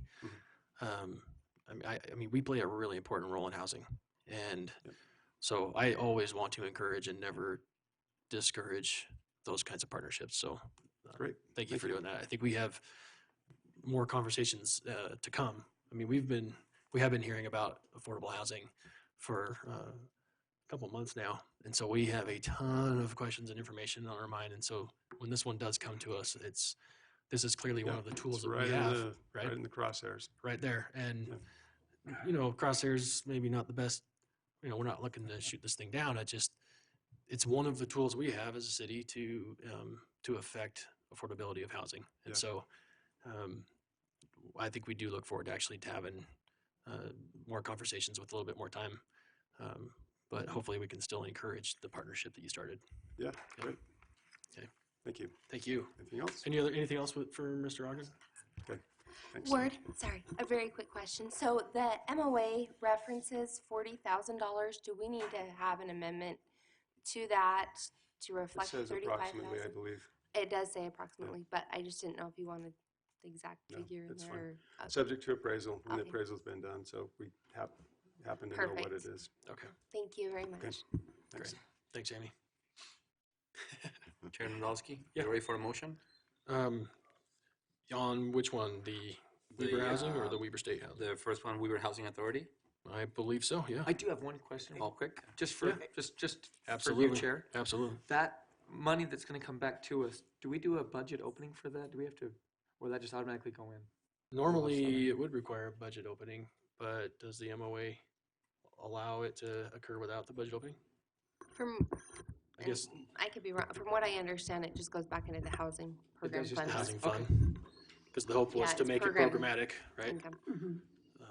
It comes back to us the same way all of our other investments do. It just goes back into the budget as a normal process. Just like it would on other project that. Yeah, on you were- any other your staff were project, doing. just goes back in the budget. Okay, perfect. And I just Thanks. have one other quick question for clarification. The Weber State University land is not using any CBDG. Yeah, it's not a HUD federally funding. assisted project, right? It is not, correct? Not. Thanks. Okay, Thanks. anything else? All right, thanks, Ward. No, I'm ready. Sorry, bud. Okay, back to Councilmember Lopez. Sorry, I just have one Oh, more quick no, yeah. clarification. So, per some discussion in the work session, I'd handed out some possible motion language, but the city attorney sent you some updated language if you wanted to look at tweaking that. It looks like Ward helped to clarify that this is just for the one single project. There is some language in the resolution that's a little confusing, so that's an option if you wanted to clarify that it's just Hold on a for second. this. So did you email that to us? Or The city attorney did, and I'm happy to Okay. provide that Got it. verbally. Just didn't want the old language utilized. So there was a question as to whether amendment would be necessary because there was some concern that the cooperative agreement wouldn't Okay. be on this particular project. I think as Ward made clear, and from what I'm reading in the agreement, it just is for this Okay. particular project. Okay. Thank you, Amy, for hustling on that, and Gary for your advice. So it sounds like the substitute language that we had prepared isn't necessary. Correct. That's my impression. Okay. That's the legal interpretation, and now it's on the record, so.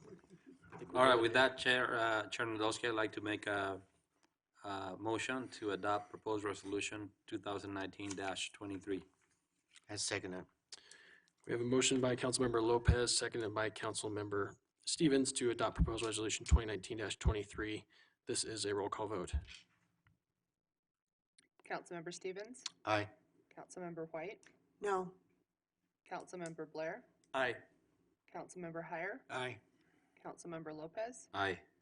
Chair Nadolski. Aye. That passes. Councilmember White.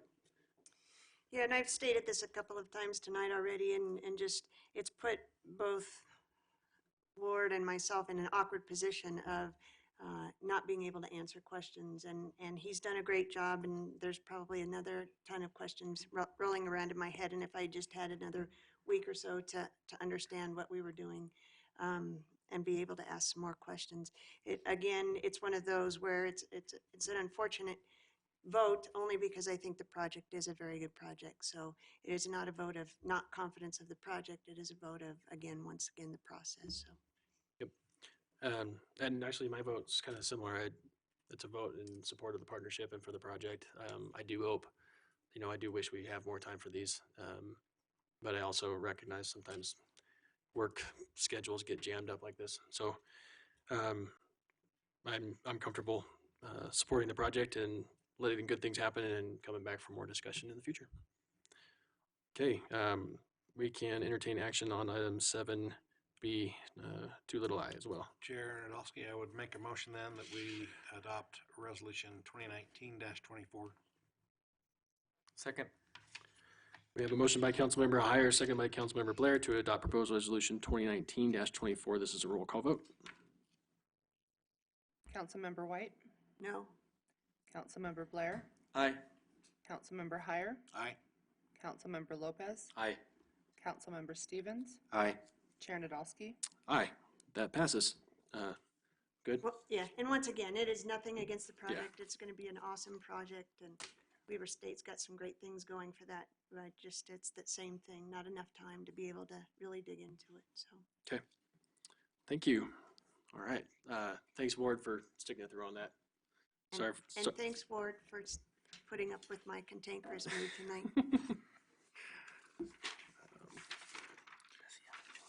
Yeah. She should thank us all. Okay.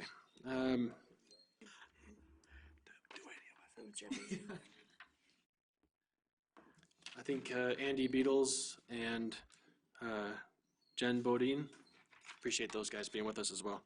Okay, next item on our agenda is public comment. If you care to address the council on items on any subject, now is your time. State your name and limit your comments to 3 minutes. Ralph Price, 636 6th Street. First of all, I want to say congratulations on saying no. And this project sounds like a good thing, but I'd like to see Wade come in here and talk about something about everything that's talked about for affordable housing is way out of the reach for the homeless, way out of the reach for the people that are dispersed. And I'd like to see Ogden City Housing, Weber Housing Authority come in here and talk about what they want to build to be able to take care of that problem. You know, there's no such thing at all that you're going to be able to afford any of these homes. There's no such thing at all any apartment they build is going to be able to take that. They talk about having 25 beds of emergency housing right now. I've got 25 people in hotels right now from my outreach program. And my beds are full, theirs aren't.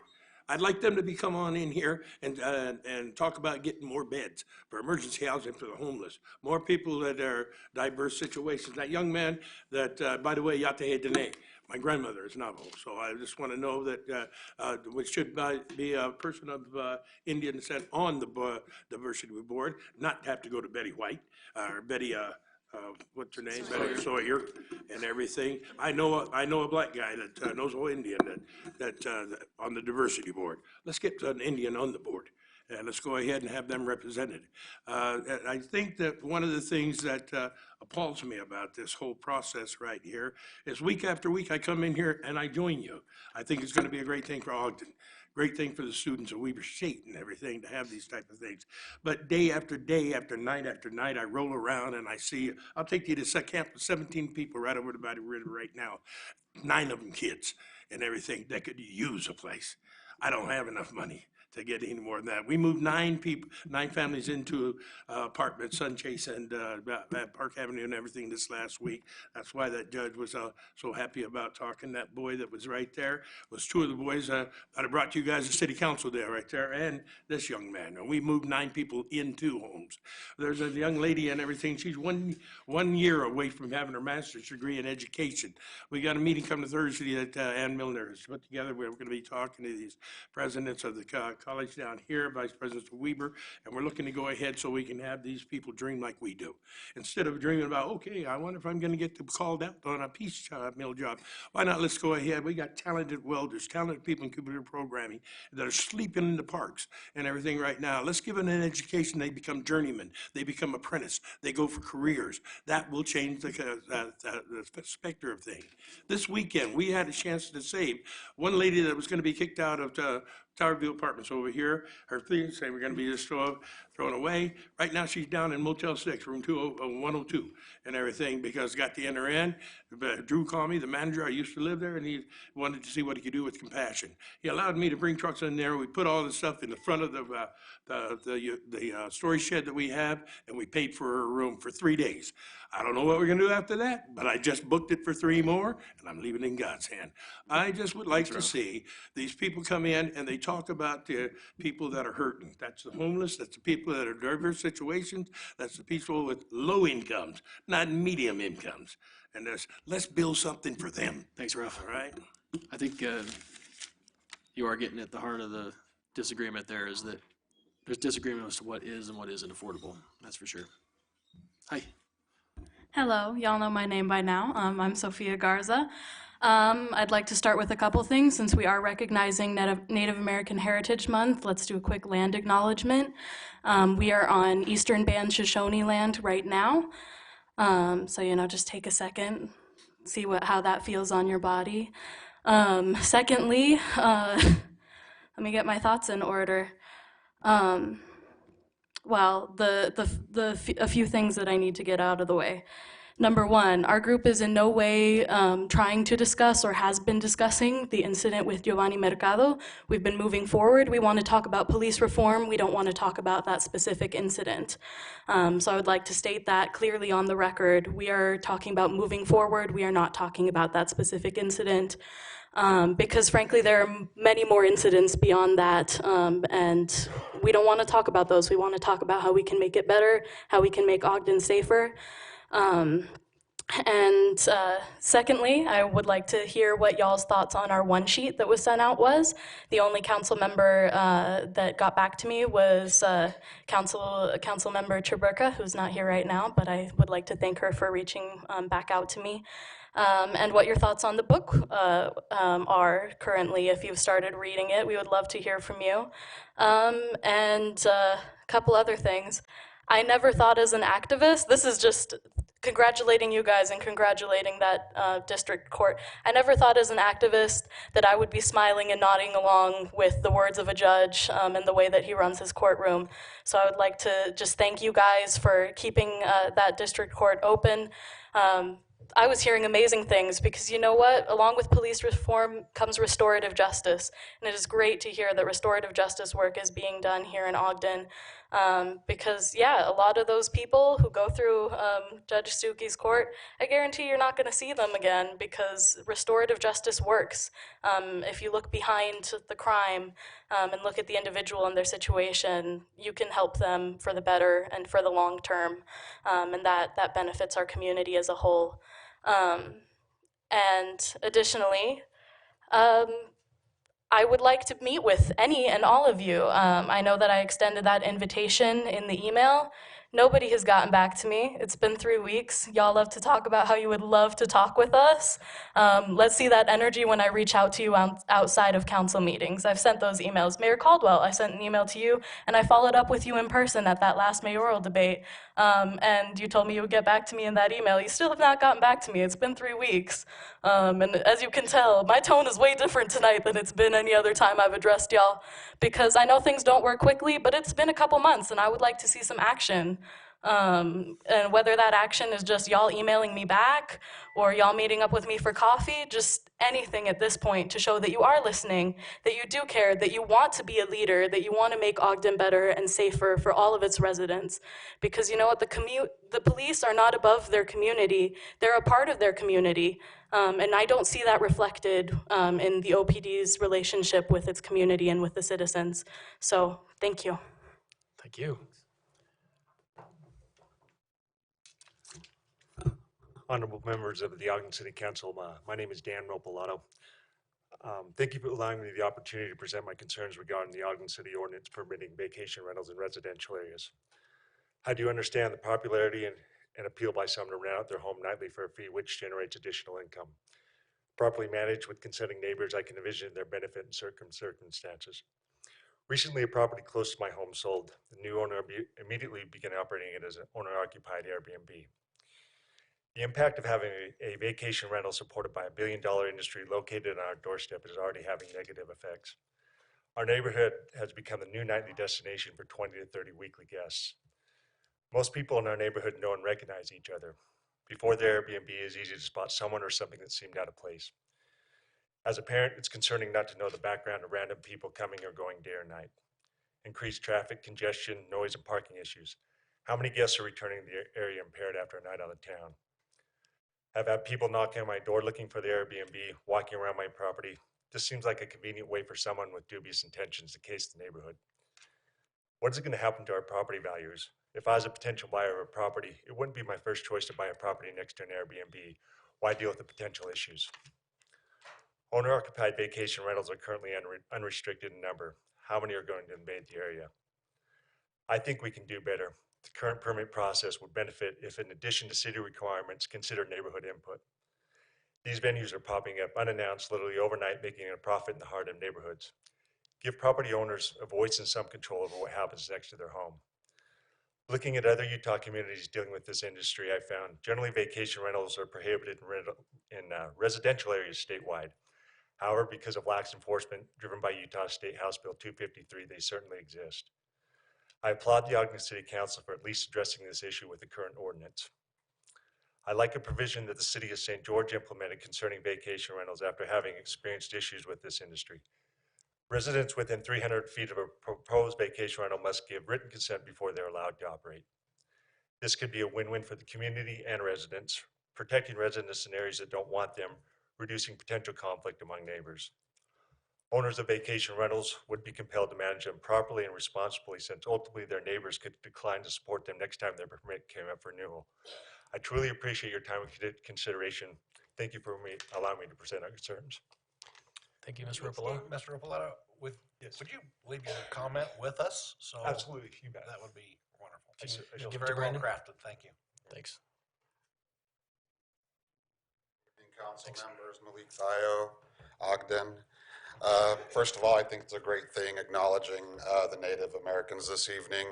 I think we need to start working towards taking it to the next level, which is to remove Columbus Day altogether from Ogden. We don't need to celebrate a land thief, a violator, a murderer, or an oppressor. That's outside of Ogden's scope. I believe it doesn't represent who we are. I don't think we should be celebrating Columbus. He was not the first to discover the so-called New World.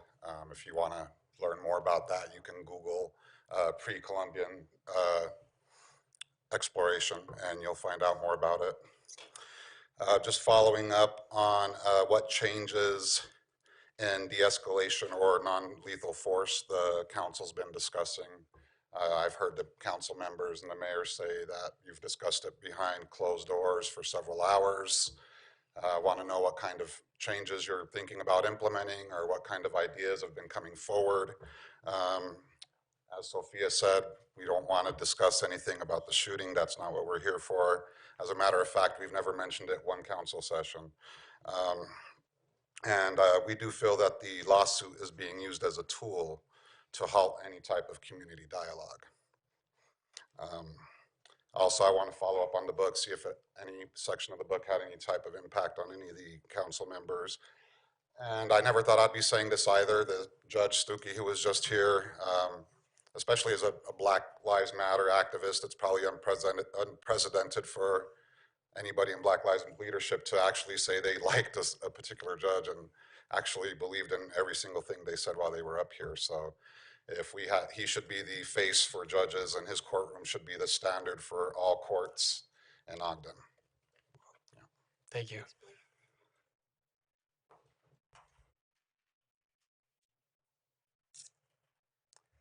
Yes, my name is Jeff Jensen, 1483 22nd Street. Mr. Mayor, Mr. Johnson, council members. I'm asking you to lower the speed limit on 22nd Street. The children are there. We have ample walking, pedestrians, many people, older people walking, and a school nearby, a church on 22nd Street and Taylor. And the speed limit is too fast. I'm asking for a lower speed limit of 25 miles an hour and a four-way stop sign installed on 22nd and Taylor, much like 26th Street and 28th Street have now. No other street above Harrison has a 35-mile-an-hour speed limit other than 24th Street, which is a state highway. And to add to the general ambience of the neighborhood, increase property values, it's a good thing. We have the hiking trails above people use. It's becoming more and more children orientated. The kids moved out, it seemed like 20 years ago. Now they've come back.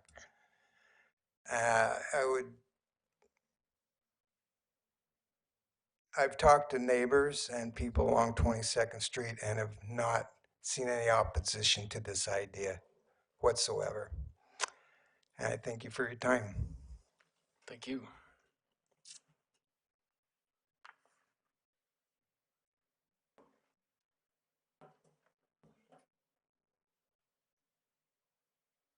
Hey, good evening. I second that with Malik. Removal of Columbus Day, it makes me very uncomfortable. The day brings about.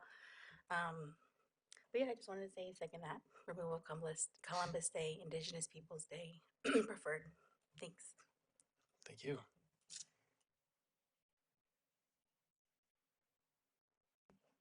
Good evening. Good evening. Ed Mackner. I have a few things I want to give to you today that my wife and I bought for the council. And let me just see if I can get it here. Can you give them to Brandon for us? They're, If you can thank give you her. very much. They're books that were presented by Paul Hawkins at the Weber State Mountain Summit on climate change. So you can get them on the web if you. I didn't get everyone one, but you can just. They're not a book you need to read, but they're a book you can refer to. They're a reference book, and so I think the page I was thinking about was the amount of carbon dioxide emitted in 2016, an estimate, 36 gigatons. Now, a giga is a billion. So if we look at that, and it's in the book, an Olympic-sized pool has 500,000 gallons of water. It's 164 feet by 82 feet by 7 feet. And 400,000 of those Olympic-sized pools equals 1 gigaton. And if it's 36 that were estimated emitted, that would be about 14,400,000 pools. So that's the amount of carbon dioxide and water and global warming gases that are being emitted. Now, I was a chemistry teacher, and I have here some water with an indicator, bromothymol blue. And I'm not going to drink it, but I brought a straw. And I want to show you what happens when we blow carbon dioxide, which we emit because we're alive. I'll show you what happens to the solution. It'll turn acid. Are we going to be okay? Yeah. I got a bad grade in chemistry. Okay.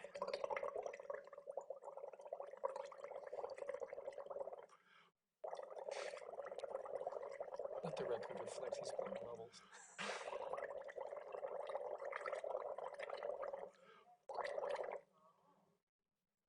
It's acid.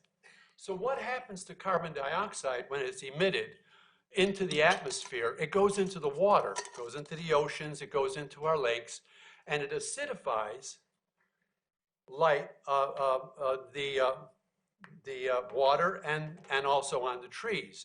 So when we see carbon dioxide emitted, it's not just something that's, I'm done. I just wanted to say that it's a toxic gas, and we need to kind of think about the fact that we've got to remediate it. Thank you. Thank you. That's pretty good. We want to thank you for the book, though. Yeah, we've got another book we're working on then. Oh, no, this is Then not we'll something get you to- need to read, just look through it. Well, actually, there's, Yeah, it's a plan. it's got bike infrastructure in it, Mayor. I mean, there's some relevance in here. Yep. Thank you. Okay, anybody else care to address the council?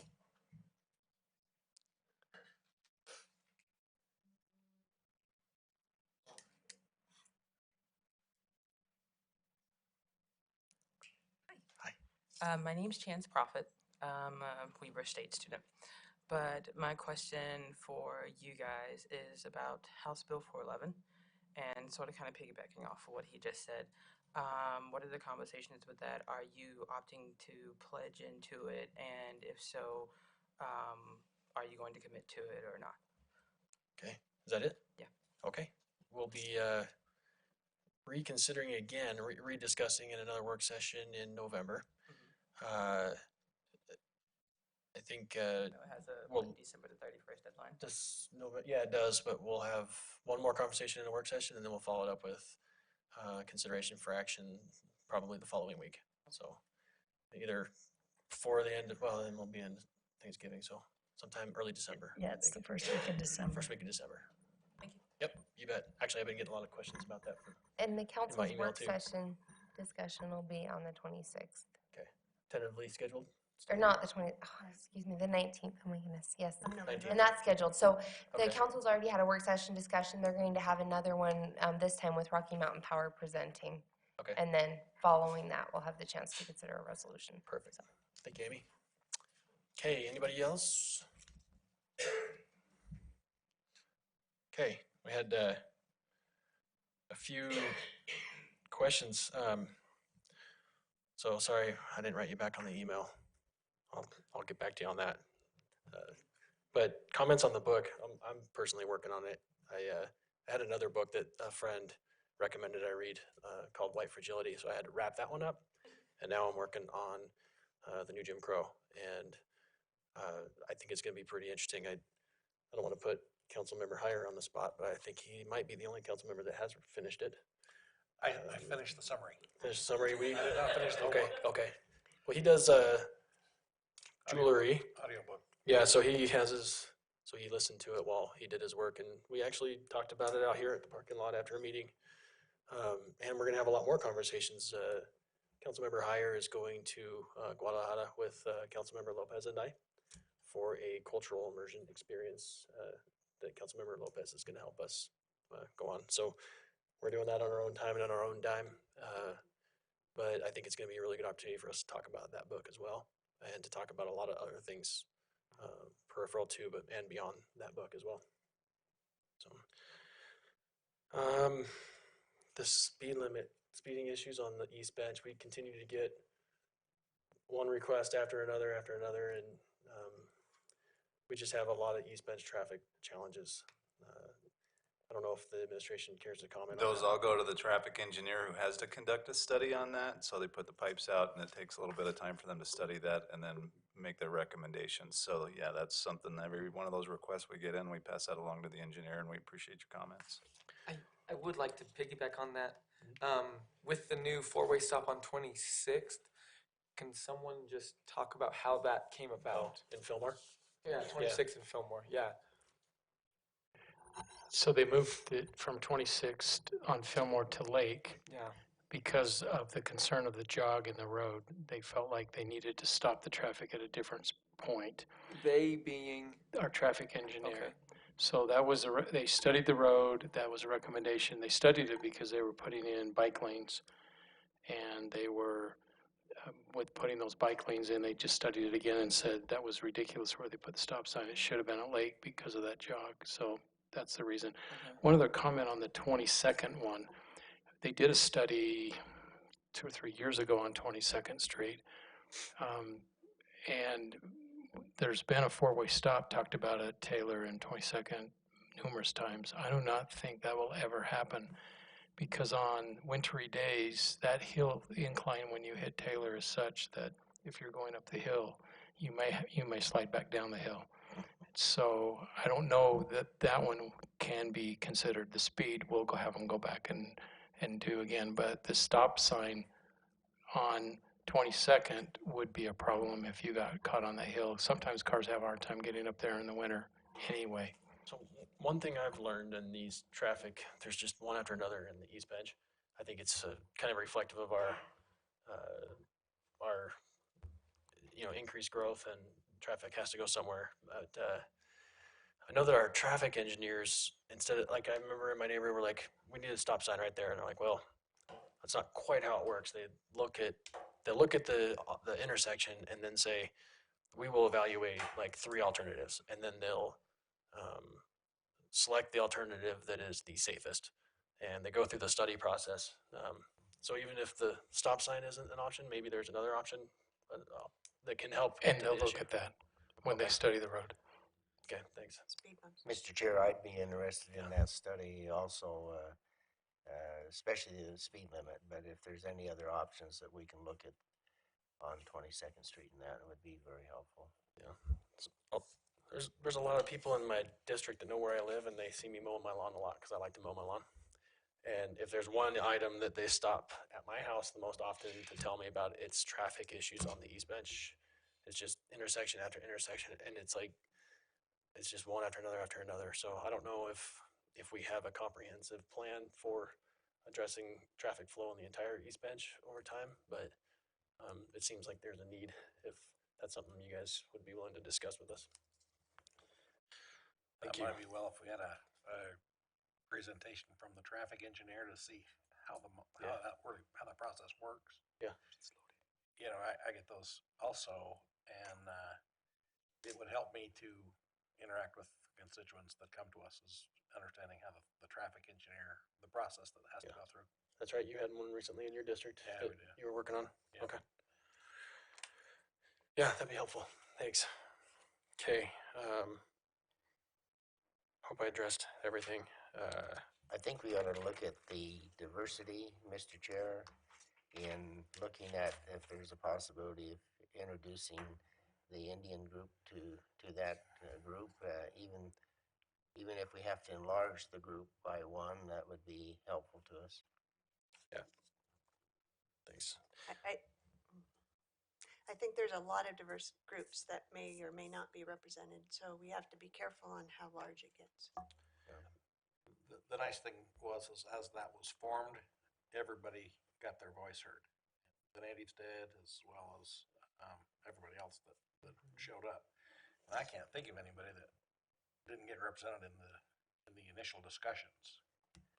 Maybe there was, but there was a lot of people that came to talk about that. So I think it is something that Vice Chair Chaburka and I think you were actually in the last joint leadership meeting, talked with the mayor and CAO about, is we need to be better about actually reaching out and engaging the Diversity Commission in meaningful ways. So that's something that we all agreed on and hope to do as well. Any comments by the mayor tonight? Sure. Book's on my desk as well, and we have forwarded that email around, so it's received a lot of attention. So we appreciate you coming and your comments tonight. One that wasn't questioned was VRBO and issues with VRBO and Airbnb, and that's something we've worked with the state legislature on quite a bit, and they've given some very narrow rules on what a city can and can't do to help govern some of that, but we'd be more than happy to share some of that with you if you want to leave your contact information, just so you know what we're working with and what some of our tools might be. And then I just wanted to publicly call out somebody you all know very well, Jenny Scothern. Today was her last day as the executive director of GOAL, and she's done some amazing things for that organization over the last 9 years. So I want to thank her for her service and everything she's done leading that organization that does a lot in our community. Thanks. Yeah, and she's being replaced by our former deputy chief of fire, Eric Bauman. So they'll be in good hands there too. Comments by council members. I just have a quick comment. I'm listening to the book, and I'm only on chapter 3. It is to listen to it is not quite as easy as to read it, because the woman that's narrating it is a very slow talker, and so I am on chapter 3. But part of that, in the first few chapters, what I have learned is a lot about the court system. And what I think is really amazing, and I'm glad you pointed it out again tonight, is that I think our court system is doing some amazing things with them, just outside the box thinking, and hopefully trying to break that cycle as well. And so it's a good book to. It's probably better to read it than to listen to it, but I'm in the car a lot, so I'm listening to it. So I appreciate that. So thank you for giving it out and giving us the opportunity to read it. Yep. Marcia commutes to Salt Lake now these days, so she's got some time. Yeah. The audiobook's only 12 hours long. Yeah, I think it's 19 hours long, actually. Is it 19? I don't know, That's it's a lot of hours. Well, yeah, I opted for the 50-minute version. Oh. I'm kind of the Reader's Digest kind of a guy, you know. Yeah, no, but it does, and I think our justice court's doing a phenomenal job based upon at least the first 3 chapters I've been reading. Yeah, I was glad to hear that feedback about Judge Stuckey too. Yeah. Anybody else? I'm read through the summary on it, and it's has some good information there in that aspect there. I also like to emphasize that it would be worthwhile for us to work in a work session with the district court to find out exactly how they operate and what procedures they go through and who they are actually helping and how they help them, and that would be beneficial for us to understand that. I want to thank Ralph Price for helping with the homeless. That is an issue that we need to address positively in addressing the needs that that part of our population has in that aspect there. And the other aspect is that with our partnership of housing, we had 2 resolutions tonight that we partnershiped with 2 groups that helped out our housing in that aspect there. Maybe it wasn't done exactly to call, but I think in the long run it's going to benefit us overall. And I echo what Councilman Heyer said about the cannabis.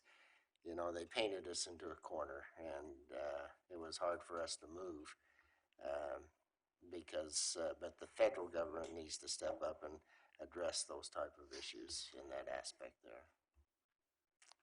Weber State by 10. Ah, there it is. There it is. Okay, anybody else? Yeah, I will go ahead and come clean. I took the book home, and then I started a kitchen remodel, so I know it's in my home. But like my plates and silverware, I'm just not sure where it is. So when I start putting stuff back together, I'll get back to it. I started a little bit, but then other projects took over. And then I was running the clock today for Vice Chair Chaburka, so I didn't get it. I wasn't as diligent writing names down, but I would like to thank the gentleman that talked about the VRBOs and the speed limits on 22nd. I know those are 2 ways to help neighborhoods feel safe and secure and to maintain the integrity of those neighborhoods. And so we do have some issues in both of those areas, and we'll see what we can do to work through those. But thanks for bringing those concerns to us. Thanks. Anybody else? I feel more than compelled to comment about the book because everybody has. And I just got to say, I haven't started reading it either, but I had a very out-of-the-box idea that I think at some point we as a council could do a little book club reading. And, you know, we can read some of it together. Well, I think you're onto something there. And, you know, and we can have some conversation about it. Not just that book, but other books that are of interest to this body. And I have a question. I'm sorry, it's not a question, but it's for the gentleman. I forgot your name, but Mr. Macker. I don't know if you paid for these out of pocket, but if you did, They're a gift to you. I would be happy to. I like to keep this for me, and I'll be happy to reimburse you if you like. It's not necessary. Okay, all right. And I'm sorry, we can't engage in conversation. I apologize. But when we're done here, if you stick around or when I see you again, I'll come and talk to you. I'm sorry. I'll stick around. Thank you. You did kind of set the poor guy up there. What's that? That's okay. Anything else? No, I'm good. Okay, I think. Oh, yeah. I like your. Oh yeah, go ahead. Yeah, one last thing. To the Weaver State University student about the HB, what was it? 411. I can tell you, for a long time, a lot of people have been asking me about these, I think all of us. And I've been telling people that I already know how I'm going to vote on that, and I'm really hoping that we can adopt that resolution here. So that's just me personally saying that. Okay. Thank you. Thank you. I liked your idea on the book club. I think I saw the mayor volunteer to host the first one. Usually you like the people that are in your book club, though. Snap. Ouch. Okay, just. I am in one of those moods. Yeah, a little snarky tonight. No, I thank the mayor for catching what I missed on the VRBO comment, because Mr. Robelata and I have had long conversations over breakfast on that issue specifically, so thanks for catching that. Thank you, Amy, for all the work you did on that resolution question we had tonight. Kind of caught you by surprise, and you pretty much worked all night on it. So thank you, Amy, and thank you, Gary and Janine.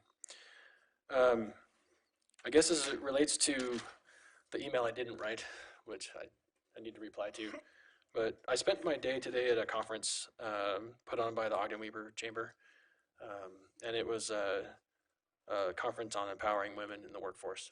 And the theme of the conference really was unconscious bias. And coincidentally, I was actually asked to give a talk on the topic, and that not because I'm an expert in it at all.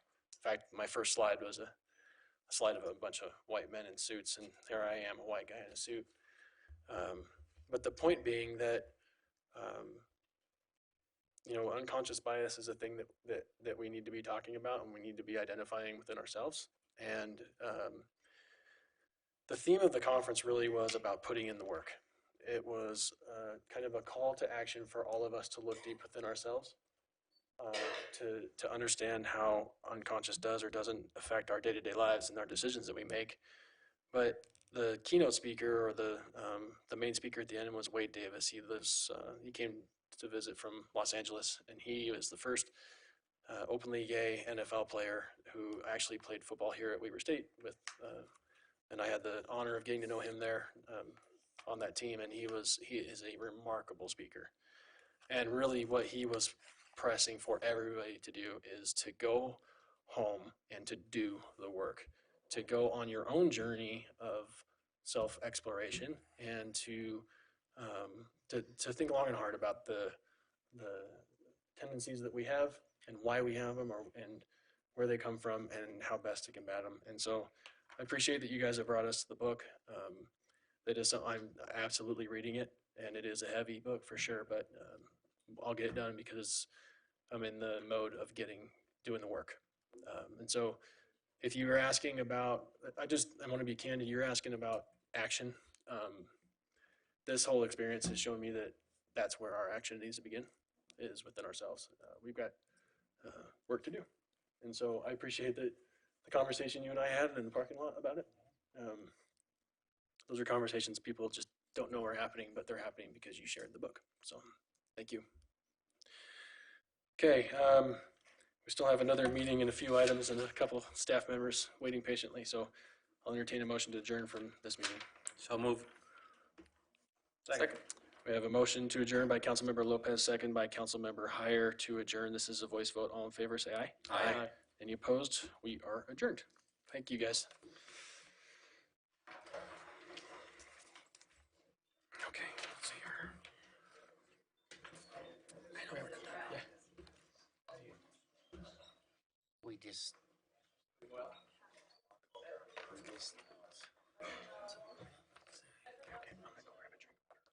Yeah. Okay, sure. Pleasure to meet. I'm just gonna grab a drink of water. Be right back.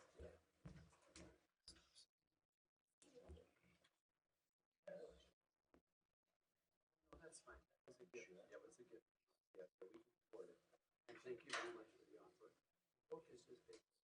Hey. Yeah.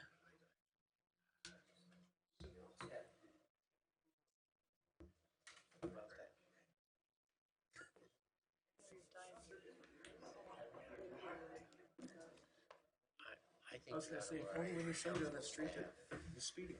council office. If only we knew someone on that street that was speeding.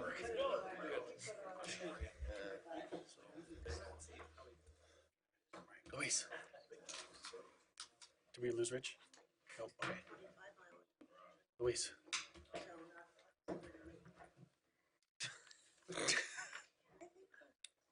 Oh. I don't think there should be, yeah, they should all be 25. This is the DL11, so we keep them. Is this our new stuff?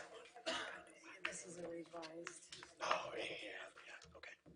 Good thinking, thanks. Okay, are we good to continue? Please. Okay, please.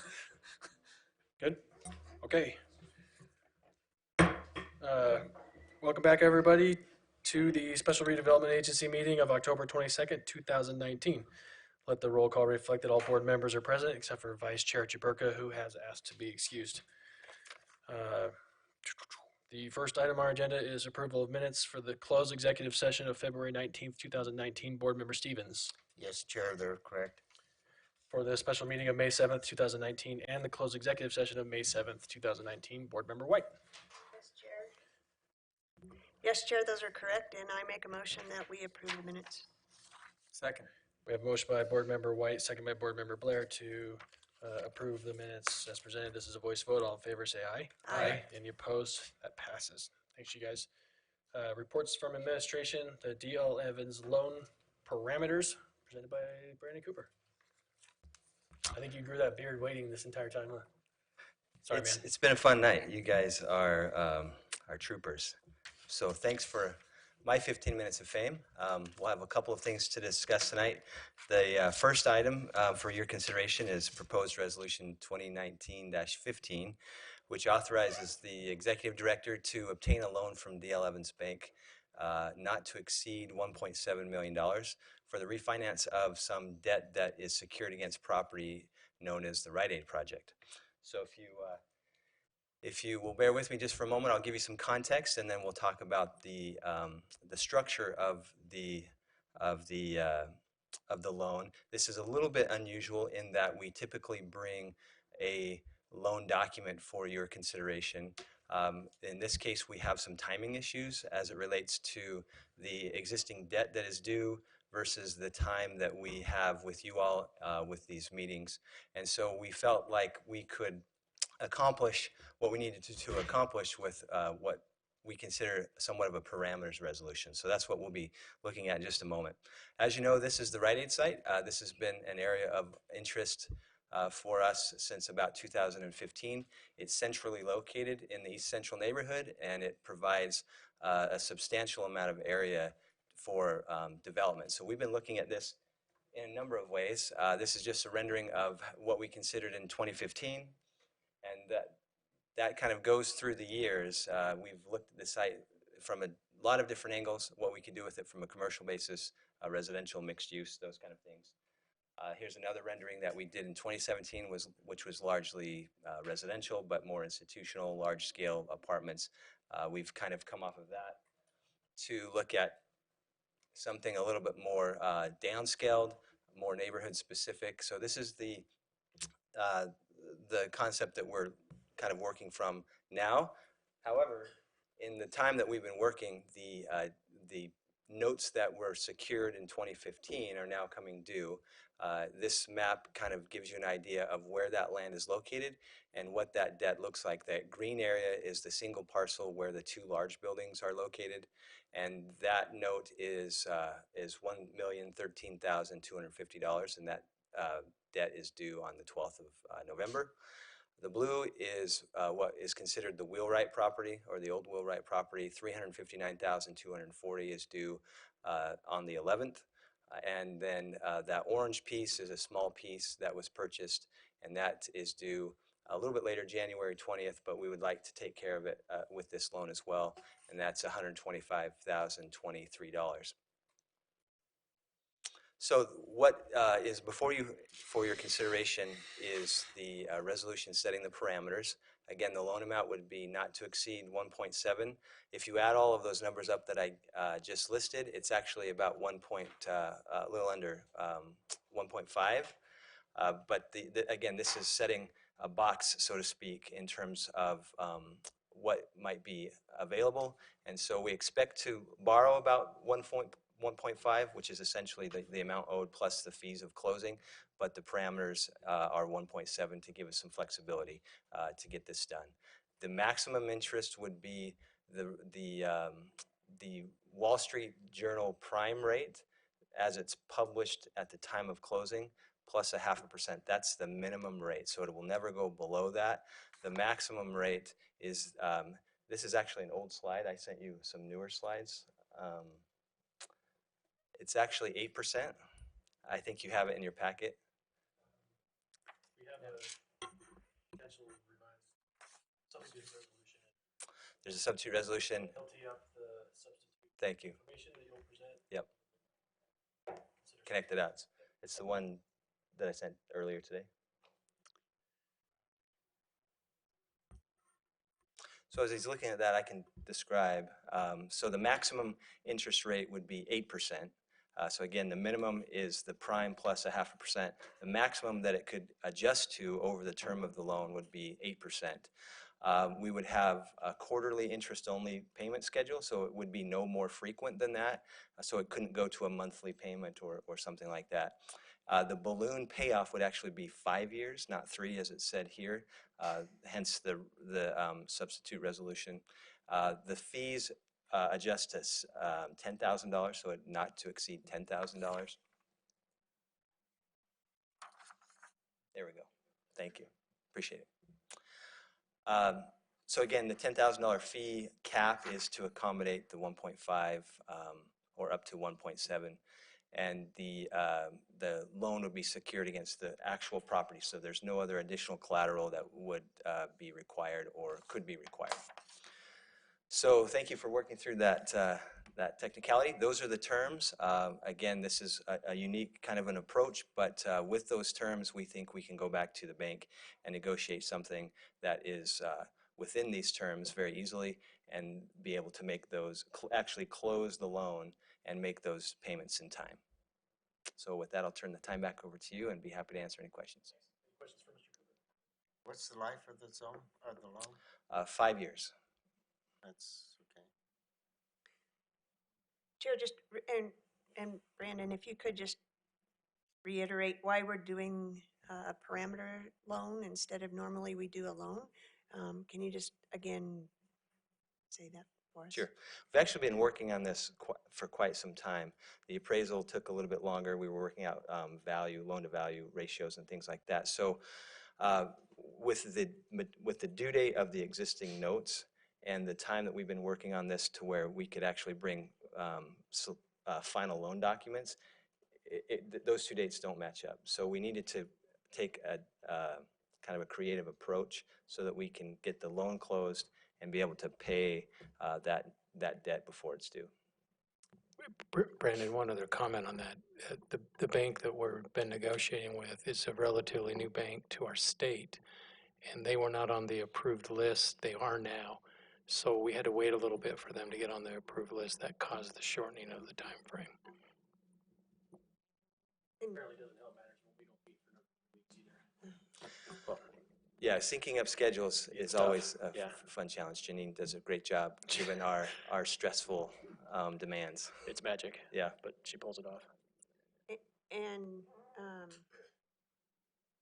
you have also sought some outside financial counsel from our financial advisor, is that correct? Correct. So we have a financial advisor, Laura Lewis, and anytime we take on new debt, then that has some potential effect on the other debt instruments we hold and just our financial situation at large. And so we look to her to give us feedback. We've obtained that feedback.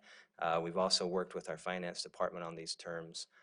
We worked with administration, and so I think we're at a point now where there wouldn't be any terms that would be surprising to anyone, nor would there be any loan covenants or conditions in the loan that would put us in jeopardy. So paying off the debt, what does that do for our project up there or the property? Well, it's a refinance, so we would still have debt secured against the property.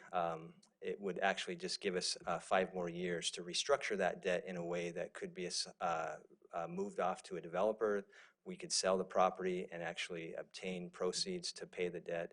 It could be kind of built into a participation and incentive agreement where tax increment comes in and starts to have an effect on the debt.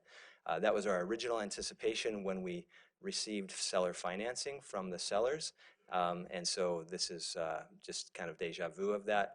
But we're getting very close to the development plan. We have development partners that are in place and willing to proceed. We still need to look at the establishment of an RDA and some other things to make this work, but we're getting very close. And so the 5 years of it with a refinance allows us more time to get this to work out. So at the end of the 5 years, will we have another payment then, or? At the end of the 5 years, we would have the balloon. So we would pay interest only, and I don't have an amortization schedule for you here, but we would have an interest-only payment of no more frequent than quarterly with the balloon of the principal amount. Any other questions from Mr. Cooper? Okay, thank you, Brandon. Appreciate it. Okay, we will accept public input on this item. If you have comments for the board related to the DL Evans loan parameters, now is your opportunity to address the board. Patient man, Travis. Travis Pate. I appreciate the opportunity to be here. I saw their new thing in the old Safeway building out at DL Evans in South Ogden. So I'd hope that they actually put a presence in Ogden if we're doing business with them as a business. And then with regards to the parameters, I think the extending the loan and getting us a neighborhood and other things back into that area, the design and other concepts besides just selling the property outright, that we say, hey, we want a full service grocery store, not just a kitschy little one. But the little ones have been making a big difference for us, so I compliment Rancho Markets and those others that have come into the neighborhood and filled a void that was needed, replacing Bush Market or later Woods Market, where my mom actually first started in Ogden. And so I think that having a tremendous market area, having an inner place for the onboard Ogden and transit area is vital. So I appreciate the work of the administration to get this done. Thank you, Travis. Thanks, Travis. Anybody else? Okay, seeing no more, I'll entertain action. Chair, I'd make a motion that we adopt Resolution 2019-15. I second it. Actually, maybe I should read my notes here a little better. Perfect. Yeah, Thanks. I would move that we substitute a revised Resolution 2019-15, adjusting the items that have been talked about. Yep, which would incorporate that revised resolution, just to clarify, would incorporate the new terms and new parameters that were presented by Mr. Cooper. Appreciate the clarification. Okay. We have a motion to substitute a revised resolution 2019-15 by Councilmember Heyer, second by Board Member Heyer, second by Board Member Blair. This is a roll call vote. I think it's a voice vote to substitute. That's just a substitution. Okay, this is a voice vote. All in favor, say aye. Aye. Any opposed? That passes. Thank you for that Now I clarification. will make a motion that we adopt the substitute resolution 2019-15. I second it. Okay, we have a motion by Board Member Heyer, seconded by Board Member Stevens to adopt the substitute resolution 2019-15. This is a roll call vote. Board Member Blair. Aye. Board Member Heyer. Aye. Board Member Lopez. Aye. Board Member Stevens. Aye. Board Member White. Aye. Chair Nadolski. Aye, that passes. Thank you, Brandon. Appreciate you adjusting the parameters after our discussion last week. And we look forward to our administration negotiating an advantageous loan. Thank you. Okay, I think you're on deck again. Swift Building Sale Real Estate Purchase Contract. Yes, thank you. And thank you for your patience on that substituted resolution. I actually have, if you'll bear with me, another substitute document that I'll get into in just a moment. Okay. And if you don't mind. Okay, great. So I think that's been submitted to you. Okay. Okay, so this discussion is proposed resolution 2019-16, which authorizes the executive director to enter into a real estate purchase contract for the sale of the Swift site. So what Brandon is handing out is the substituted document, which I'll explain in just a moment. In order to understand the context of the sale, I'd like to just cover a couple of things as it relates to the process that we've gone through for the record in terms of this entire area, both the track line area, which is the Union Stockyards, and the Swift building, which is related. This is an aerial picture of 2013. This is an aerial picture of 2019, and so there's been some significant improvement of the area over the last few years, and it's something that we all can be proud of. What you see in that picture is really 5 new companies that have moved to the area. There's 4.8 miles of trails that are in that picture or to be built in that area. There's 9 new areas of open space that didn't exist before 2015. There's actually 2 brand new roads, a brand new water line, new infrastructure in terms of power and sewer. All of the existing blight that was there is gone, and we now have kind of unprecedented access to the river that wasn't there before via those squiggly trails that you see that are actually pedestrian easements, so public easements. So I think in terms of what we're trying to accomplish now, we have a really strong precedent and a lot of wind at our back as we go forward into the consideration of the Swift building. The 2013 valuation of the 121-acre track line economic development area was a little over $11 million. With just the work that you have seen in the picture, not including the new buildings that are going up now, that valuation has increased to over $27 million as of last year. So the plan that we all set out to do in 2013 is working, and now the next step is really how do we deal with the Swift site? We've been talking about that question for quite some time. We've laid out a process on how to deal with the Swift. First came acquisition. The environmental cleanup was a known thing. Not necessarily in terms of its scope and magnitude, but we knew that once we acquired it, then that we would have a lot of work to do in terms of the cleanup. We're just now getting to the tail end of that work through the EPA partnership.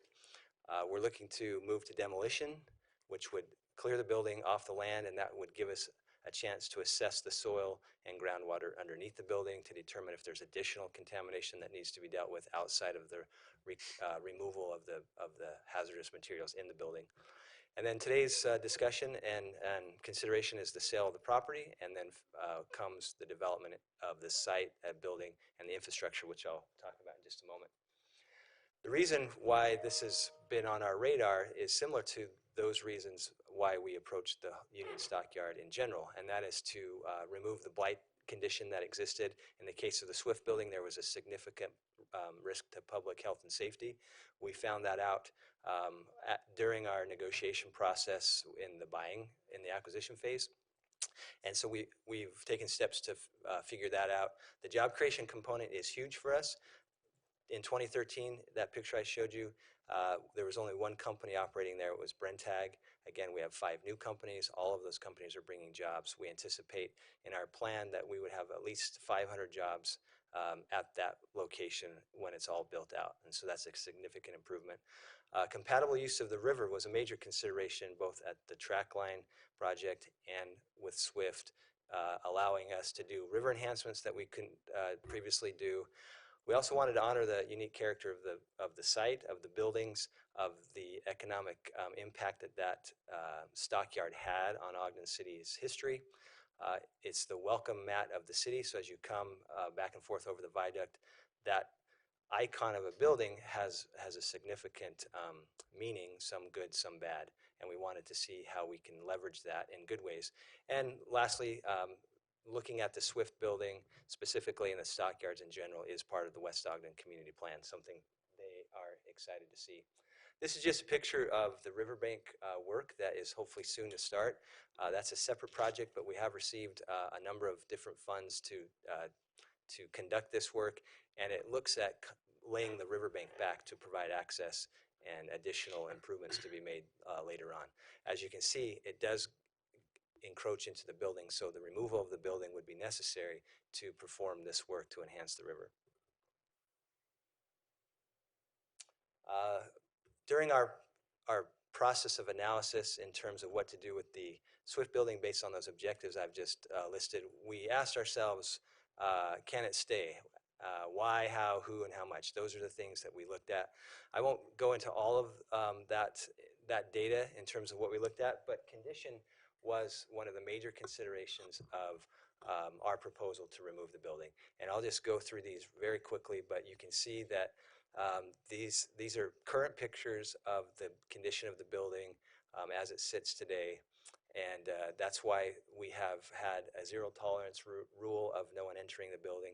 EPA has taken their own precautionary measures as they've worked in the building, but those are floors that are caving in and holes that you see, walls that have fallen out, mold on the roof.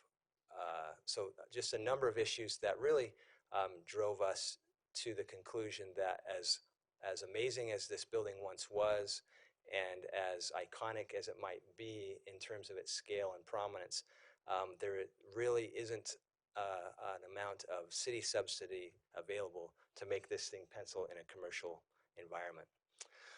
So the last question is really, what is the association of this building to the community? What's that relationship like? And as we looked at that and studied it, there are a number of folks that have family members that might have worked at the Swift site, that might have worked at the stockyards, and so we've tried to document that and to get some of those stories out there. But we realized that by and large, the general interaction between the building and the community is the Swift sign.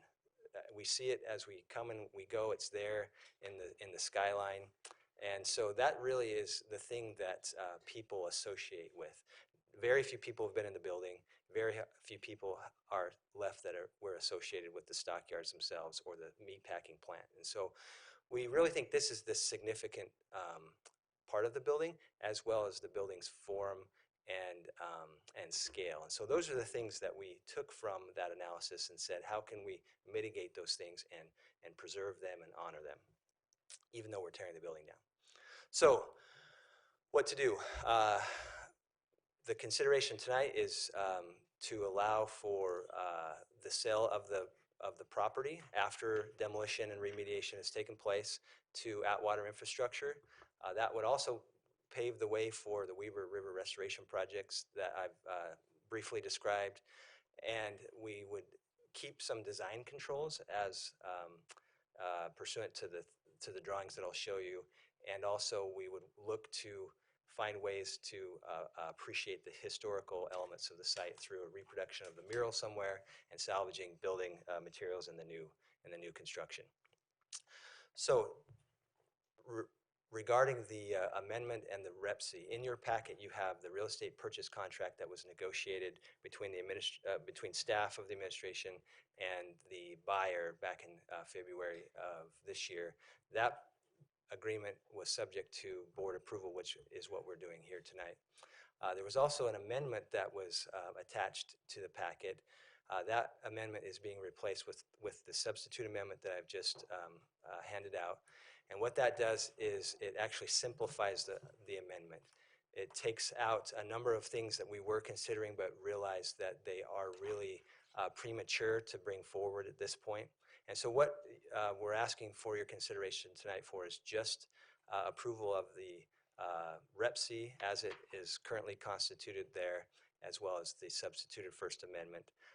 The purchase price is $1.8 million for a reduced 6.84 acre site. In the First Amendment, you'll see that the main thing that it does is extends the shovel-ready deadline to May 30th.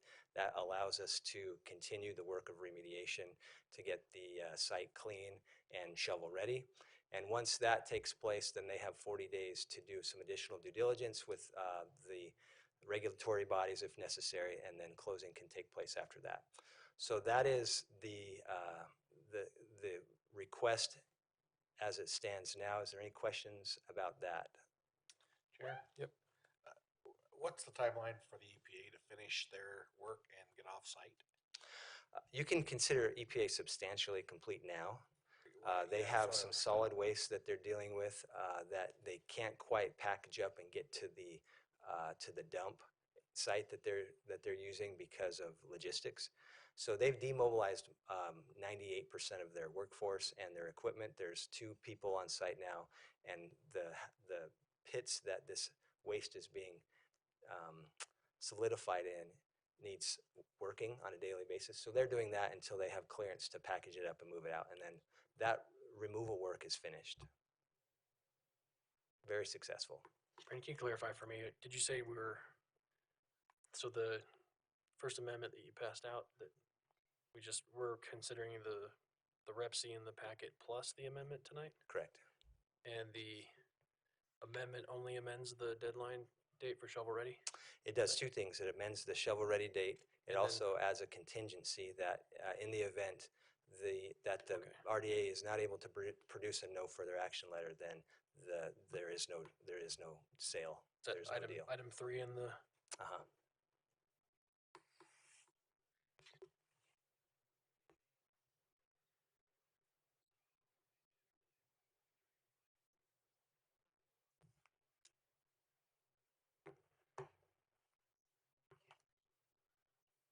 The letter, what's the letter that's referenced in item 3? Is that the letter? Let's see. That's what's in item 2, I guess.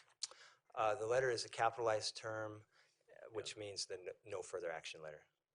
There it is. It's in item 2. Okay. Are council members, you guys tracking on that? I'm having such a great night with stuff right in front of me. I know. It's a night of substitutes and reconsiderations, etc. So basically, the seller or the buyer has a contingency that if the DEQ does not issue that letter, that they can get out of this agreement. Is that what that means? More importantly, us, yes. Both seller and buyer. Right, yeah. Gotcha. Okay. Why is that more importantly? Well, instead of the deal being assured and the lack of the letter being produced a default, it's now a contingency. And so that helps us in the event that we can't control this uncontrollable process. We're working with 2 government entities that have their own process. And so if we're unable to produce that no further action letter, which the buyer is going to need in order to do what they want to do, then it's not a condition of default. It's a contingency. But it certainly benefits the city as well. Absolutely. And the board. And we felt, with review of the legal team tonight, we felt that that was something that was important to include. And some of the other things that were part of the original First Amendment weren't fully baked. And so we made some revisions that I think helps our position, which means we will be coming back to you shortly when those items that were in the First Amendment have had time to ripen, and we'll come back with a Second Amendment, which will talk about a reduction in purchase price and the clarification of the infrastructure development that surrounds the property. I like your farmerisms. Can you clarify on you said at which time we'll be talking about a reduction in the purchase price and a clarification on the infrastructure? Right, so the reduction in purchase price is due to the fact that we're reducing the size of the lot potentially. Oh, okay. Yeah. Okay. For the riparian zone. Okay, but I did have a question after the work session about the infrastructure needs. Can you clarify or expand on what the road construction need was, or it will be? Right, so that's one of the reasons why we pulled it out, is because we don't have all the information, but Exchange Road is in a condition that would not be supportive of this type of a development. Can you go to the Yeah, overhead so for me?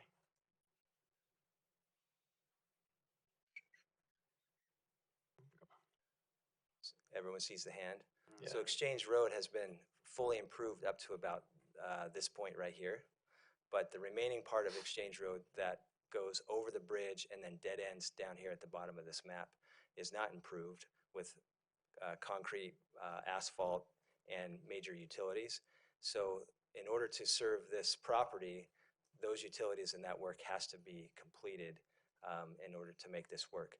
The purchase price, the $1.8 million purchase price, is a full price, is a price that reflects a fully developed site. Meaning, for instance, this site here was purchased at $5.50. That's our most expensive site to date that we've sold in this area. This site, given the $1.8 million that's in the agreement at the 6.84 acres, that's $6.04. So it's our highest priced site, but it's considering that it's fully developed. So what we're working on is an agreement that would escrow the proceeds of sale that we would receive to then be funneled back into the improvements of this road. Oh, okay. I was going to ask where it was going to come from, so. Yeah. How much is that CIP that we passed in the budget that provides for infrastructure related to CED projects? 100,000. 100,000? That's not going to cut it. Okay, thanks. Might do the gas line. Yeah. Maybe. Any other questions for Mr. Cooper? And aren't they trying to get it in under a opportunity zone? Does this qualify for that then? Yeah, again, with everything, there's a timing consideration. The developer is very anxious to get on sure footing. We've been looking at this deal since February, and for lots of reasons, we're here now today.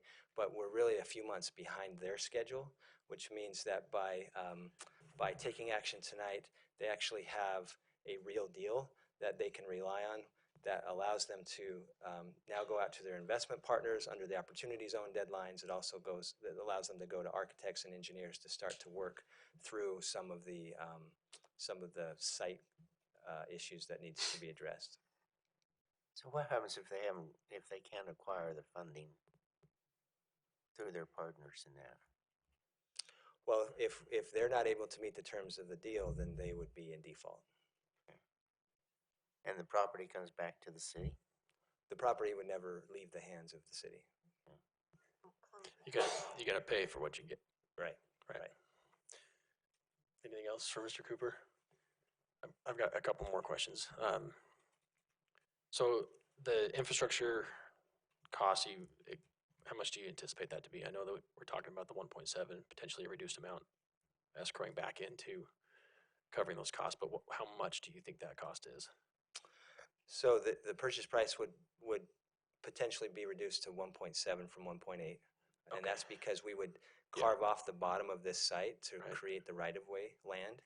And then that wasn't for the riparian, that was for the right-of-way. Right, the riparian's already carved out, Yeah, but the additional carve-out would be for the Exchange Road right-of-way. And then right now, we're working on budgets anywhere from $1 million to $1.5 million on those infrastructure improvements. Power is still a consideration that needs to be looked at.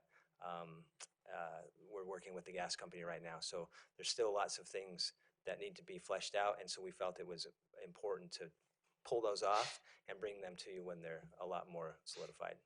So is the type of road surface and the load, I'm not an engineer, so bear with me, but also the capacity of the utilities, et cetera, would those be needed for any development to occur there, or is it this specific development has an increased requirement?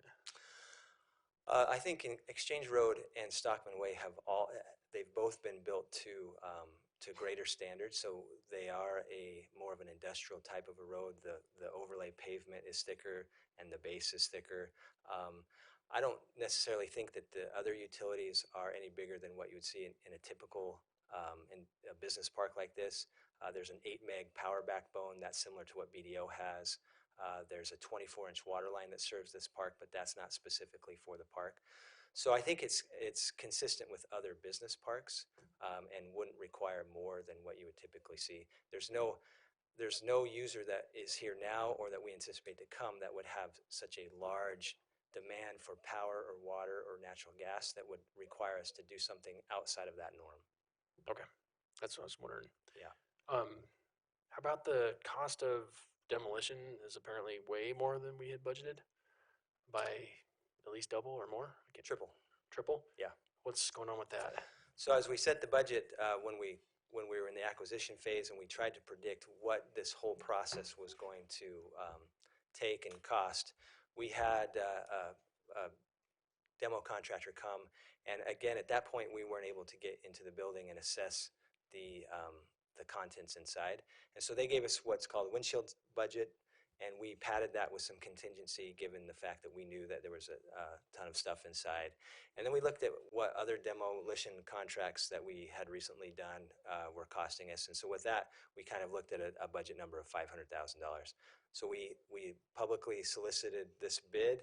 We had, I think, 5 bidders, and the low bid was 1.5. But that does include about $175,000 for the regrade of the riverbank. So it's essentially about 1.4, which would put us about $900,000 over our original estimation. So what is it specifically that's caught us by surprise now that we? I think the contents of the inside of the building, and once people were able to actually walk through it and see it. One thing that we are working on that isn't totally solidified yet is that through the work of the EPA and our companion work in clearing some of the building so that they can get to the remediation work, we have reduced the contents of the interior dramatically. So we're working with the low bid contractor to reassess the building and to see if that quantity of material that they're transporting to the dump goes down, which it will, and to see if we can get a price reduction. And how much that is, I don't know. Okay, so where would that almost $1 million that's not budgeted, where would that come from? We're working on a budget amendment now, so that will be forthcoming.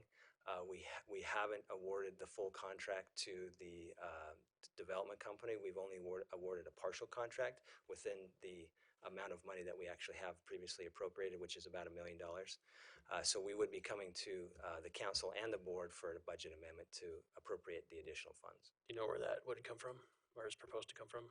I'm not sure. BDO lease revenue. Where? We have the budget amendments, and it's proposed to come from BDO lease revenue I'm sorry, to the that's city, to RDA. I saw it on the tentative schedule that you sent out in a few weeks, I think, right? Okay, then final question, design controls. I liked the idea that we talked about where Does that give you any? the building honors the mural, Mhm. and you talked on the south side that potentially that could be wrapped in windows, and it would, people that drove by could still drive past it and see through the windows into an interior mural replica that honors the history. Does our ability with the design controls that are in the contract allow us to ensure that that happens? Sure. I mean, based on your decision tonight, you can place any conditions that you wish to place on it. In this case, the development company is 100% willing to look at how we honor the history of the site. This is a depiction of what they've come up with thus far in terms of working with their architect. That's the smokestack that exists. That's some brick that's been salvaged. The form and shape and style of the building has been designed to take the significant cues of the Swift building and build it into it without replicating it. So I think that they're going in the right direction. What has been talked about, to your point, is opening up some of this view area, and instead of plastering a Swift mural on the side of the building on the exterior, again, to kind of replicate what is currently there, we're looking at doing what we've proposed to do in the Exchange building, and that is build an interior lobby that would be a public easement, essentially, that would allow folks to come and go in the lobby during business hours. And in that lobby, the mural could be replicated on a small scale. And then in cooperation with our museum and Weber State University, we could then display artifacts that were significant to the Swift operation. And that's a way for not only the employees of the site to have a little bit of understanding of where they're at and the history of that site, but also as people come to the river, the new kayak park, hopefully to recreate at the bike park, that they can not only visit the Exchange building, but they can walk the trails and see interpretive signage of what existed there at the stockyards, and then come over to the Swift building and see the interior of that lobby. So it could be a kind of this little tour that we're contemplating putting together. Yeah, as I've thought about tonight's decision, to me, I agree with you that the significance of the of the building has a lot to do with the skyline and the, you know, seeing the structure when you enter town. It's just become kind of iconic to the entrance of Ogden. And so for me, I feel a lot better about a decision that incorporates something like that. And the height of this building, you mentioned the scale. Is the height of this proposed building or the concept, is it about the same as the current It one? would be a little bit lower, probably by a story, but it would be still prominent. Okay. The scale of this would be almost double the scale of the building that is there now. So this is 120,000 square feet flat. Yeah. And so the Swift building now is more luminous, and so it would still have a pretty good footprint. Okay. So how can we ensure that something like that happens? I don't want to put a requirement in place that hamstrings their creative ability to do that. But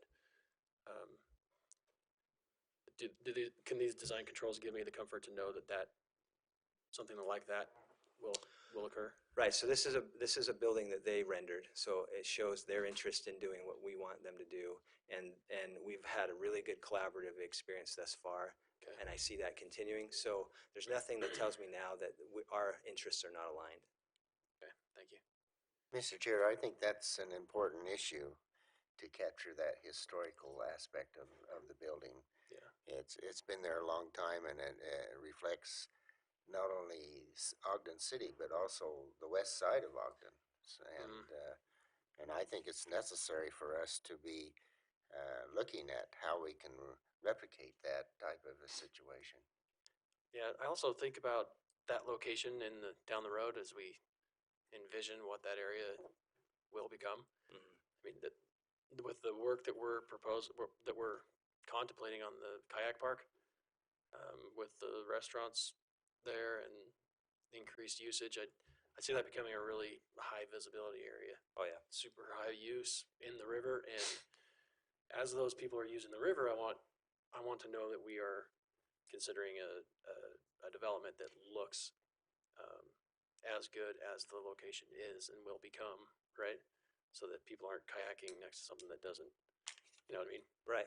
I think, again, the alignment's there.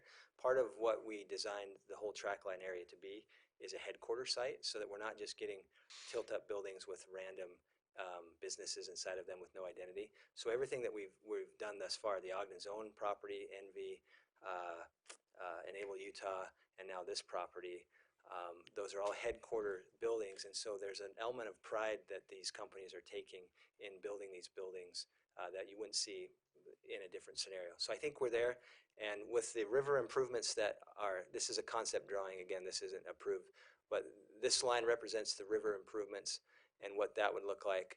And so they would have a wrought iron fence potentially that would bridge the public area to the private area with another open space there. And that would create a really good buffer between the river and the building, which then would create an appealing environment for those coming to the kayak park. So the building hasn't been stuffed up against the river and towering over the side. It's been pushed back to the east as much as possible for that reason that you've mentioned. Okay. Is it possible to go into more of a green type of a building when they go through their structures?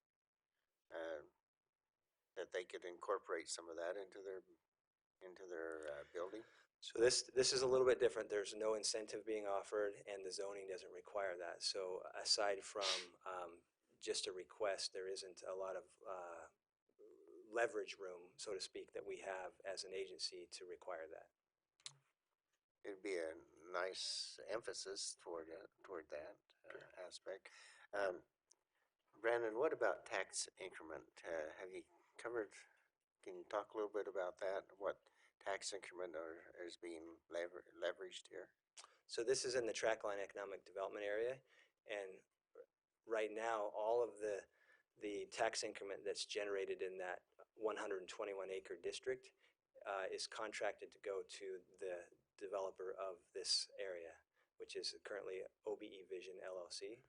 And so any tax increment generated from this site would go to them to help offset the cost of the trackline area. Do you know how much is going to go to them then? Right now, it's Who's them? OBE Vision LLC. There's no tax increment in this proposed deal. Okay. This is purely a real estate transaction. All right. Okay, thanks for, those were the questions that have been kind of eating at me Good since questions. last week, so appreciate it. Any other questions for Mr. Cooper before we take action? Can I ask a question? Yeah. Seems like our dialogue today would have been more of a dialogue that would happen in a work session. Am I wrong in that perception? No, but I think it's okay if the work session sparks additional contemplation. Are you talking about my questions? No, I mean our discussion with Brandon today. I think it's okay to talk about here as well, either way. But it seems like those questions would have been flushed out in more of a work session type situation. Yeah, or not, either way. I don't know, I hope I didn't catch you by surprise with any of those questions. They're, I've been on the phone a lot with people on this proposal, so they're giving me a lot to reflect on, so. I think it's important for us to look at this project because it's probably the cornerstone of that development in the west side of Ogden. So. Any other questions or comments? Okay. We will be accepting public input on this item. If you care to address the board on this specific item, now is your chance. The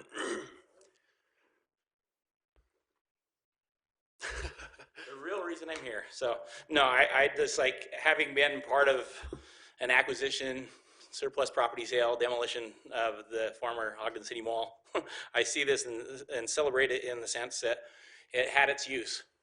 And obviously the contaminations and other things that have been remediated.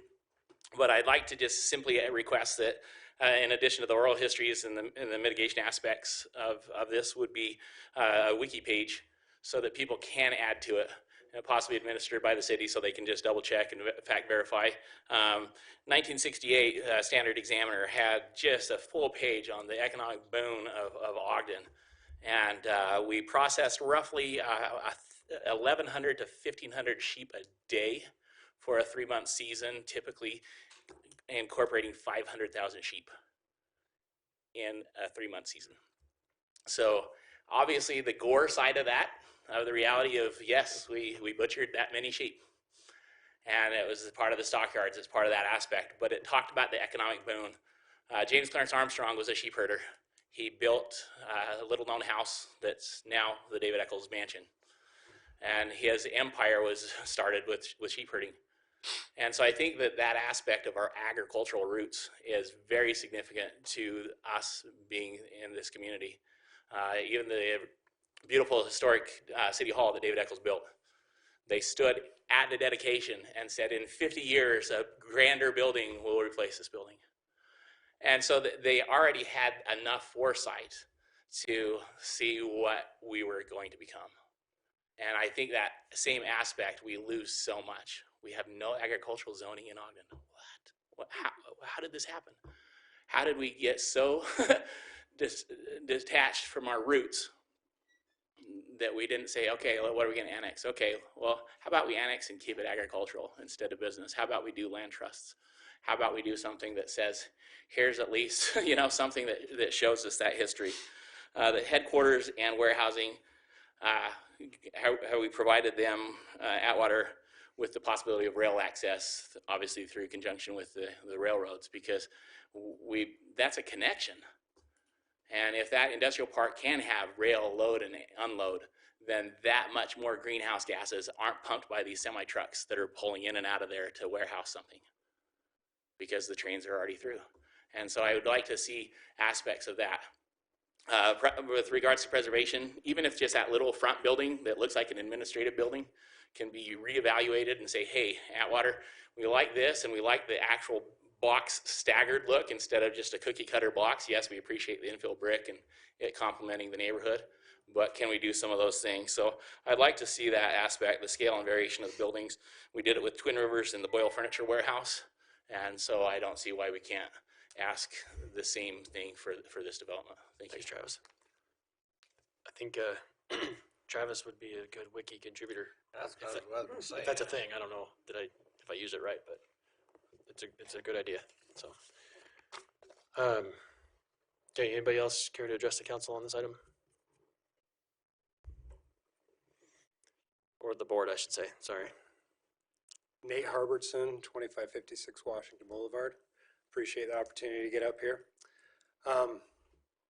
I have been working, I'll just give you a little history on how I've been involved as a real estate broker in the Trackline project with Ogden City, since 2011. And I really wanted to stress something that's happening here. Something that he just talked about, the economic boom, the economic history of the stockyards, the track line, everything out there. What's happening right now is this is giving us the opportunity to catapult into another economic boom for Ogden City. It's really neat. Time is of the essence a little bit right now with this real estate purchase contract. I just want to stress that we have a really great opportunity with an industry mogul that's coming from a different state. They are offering opportunity for our city, job opportunity, really good job opportunity. They're bringing a huge investment here. And, this isn't just all about the dollars either. This is about the people that are going to have the jobs, that are actually going to be able to work down there and experience the lifestyle that we're trying to bring to this part of Ogden and enjoy the river. So one of the things that I just wanted to mention is the fact that, we've got a developer here that's backed by a company that wants to bring opportunity. They didn't just come and do this yesterday. They've been working on this for approximately a year. They've been very patient. They do have time restrictions. The opportunity zone that you brought up is a huge factor to that. And it's something that as a city and as people in the city working, we're constantly trying to bring that to the city. So I just wanted to point that out to the council. Not that it's just to create some urgency that, when you have somebody captive, we've worked so hard out there to get these types of industry to come to Ogden and be part of our community. I want to make sure that we take that into consideration, that, we do have to act sometimes when the iron's hot. So I appreciate your time and everything you guys are doing. Thanks for comments. Thanks.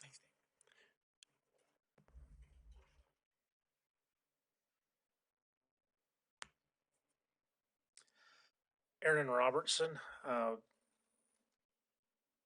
representing the property to the west of this. We are the financial backing and have been involved in these last few lot sales taking place that were just referenced by Brandon. From our standpoint, we'd like to really say congratulations to Brandon for the work that he's been doing here. He indicated on this that, the number of years that they've got in vision on this project.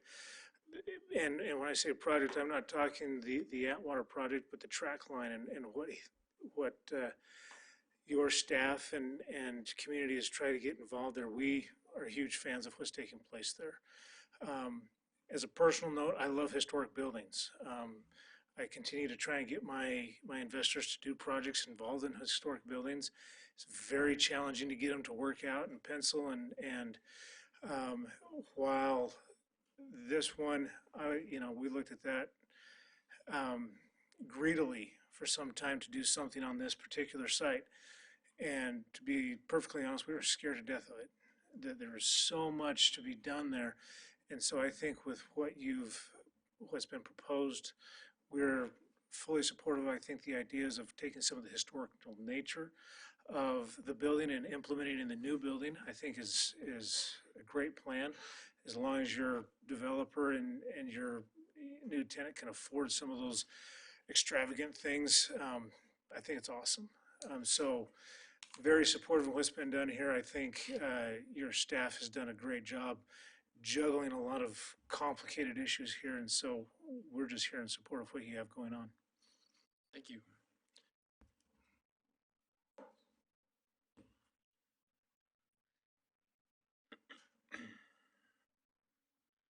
My name is Mike Eddy. I'm with PPC Commercial, and I represent Atwater Infrastructure Partners.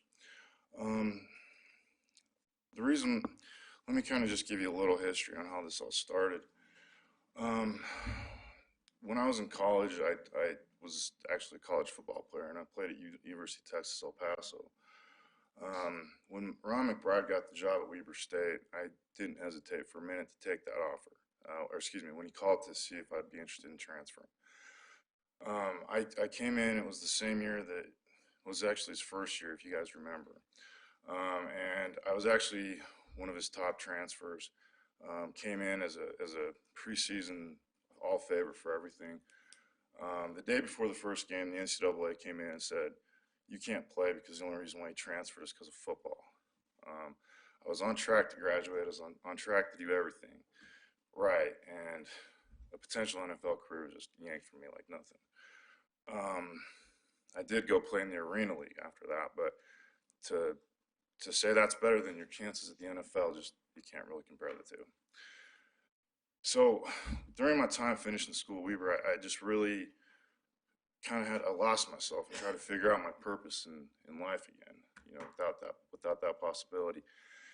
And as years went by, I kind of bounced from one industry to the next until I kind of found my place in life. And I finally got to a point where I got my real estate license, and I decided, hey, it's time to take a run at doing something that you can be proud of, that the community can be proud of, that everybody can be proud of, and say that you actually did something that contributed to the better of the community. So when I got into commercial real estate about 5 to 6 years ago, I started working with some of the personnel here in Ogden, because I always look back at this place as what could I have done with that opportunity other than play football, to be in Ogden. And as I worked with economic development, I learned learned the plans that they had in place and learned what they wanted to do. And I felt that what I could offer would help with what they were trying to achieve. And so I took it upon myself to work with personnel such as Terrence Brad and Brandon and the mayor and everybody to understand what I needed to do to make this happen. So I went down to California on my own dime, stayed with a friend in San Diego. I played football at a junior college in called Golden West College in Huntington Beach, California, so I already knew the market. I went down there, and I'd say it took me about 6 months of just door-to-door knocking, just selling, like going from one networking group to the next networking group to the next, and constantly being slapped in the face, being told that you're not wanted there. Nobody wants to go to Utah. Nobody, that's what I heard over and over and over again until I finally found these people. And it took me about 6 months till I finally found them. Once I found them, then it became a different Just need you to wrap it up for the step, okay? timeline. And all I'm going to say is if it wasn't for the help of Nate Harbison, if it wasn't for the help of Aaron Robertson, and if it wasn't for the help of Brandon Cooper and everybody that's been involved, we would not be standing here right now. It's been a team effort, and we've made it happen. We've got it this far, so thank you. Thank you. Thank you. Anyone else?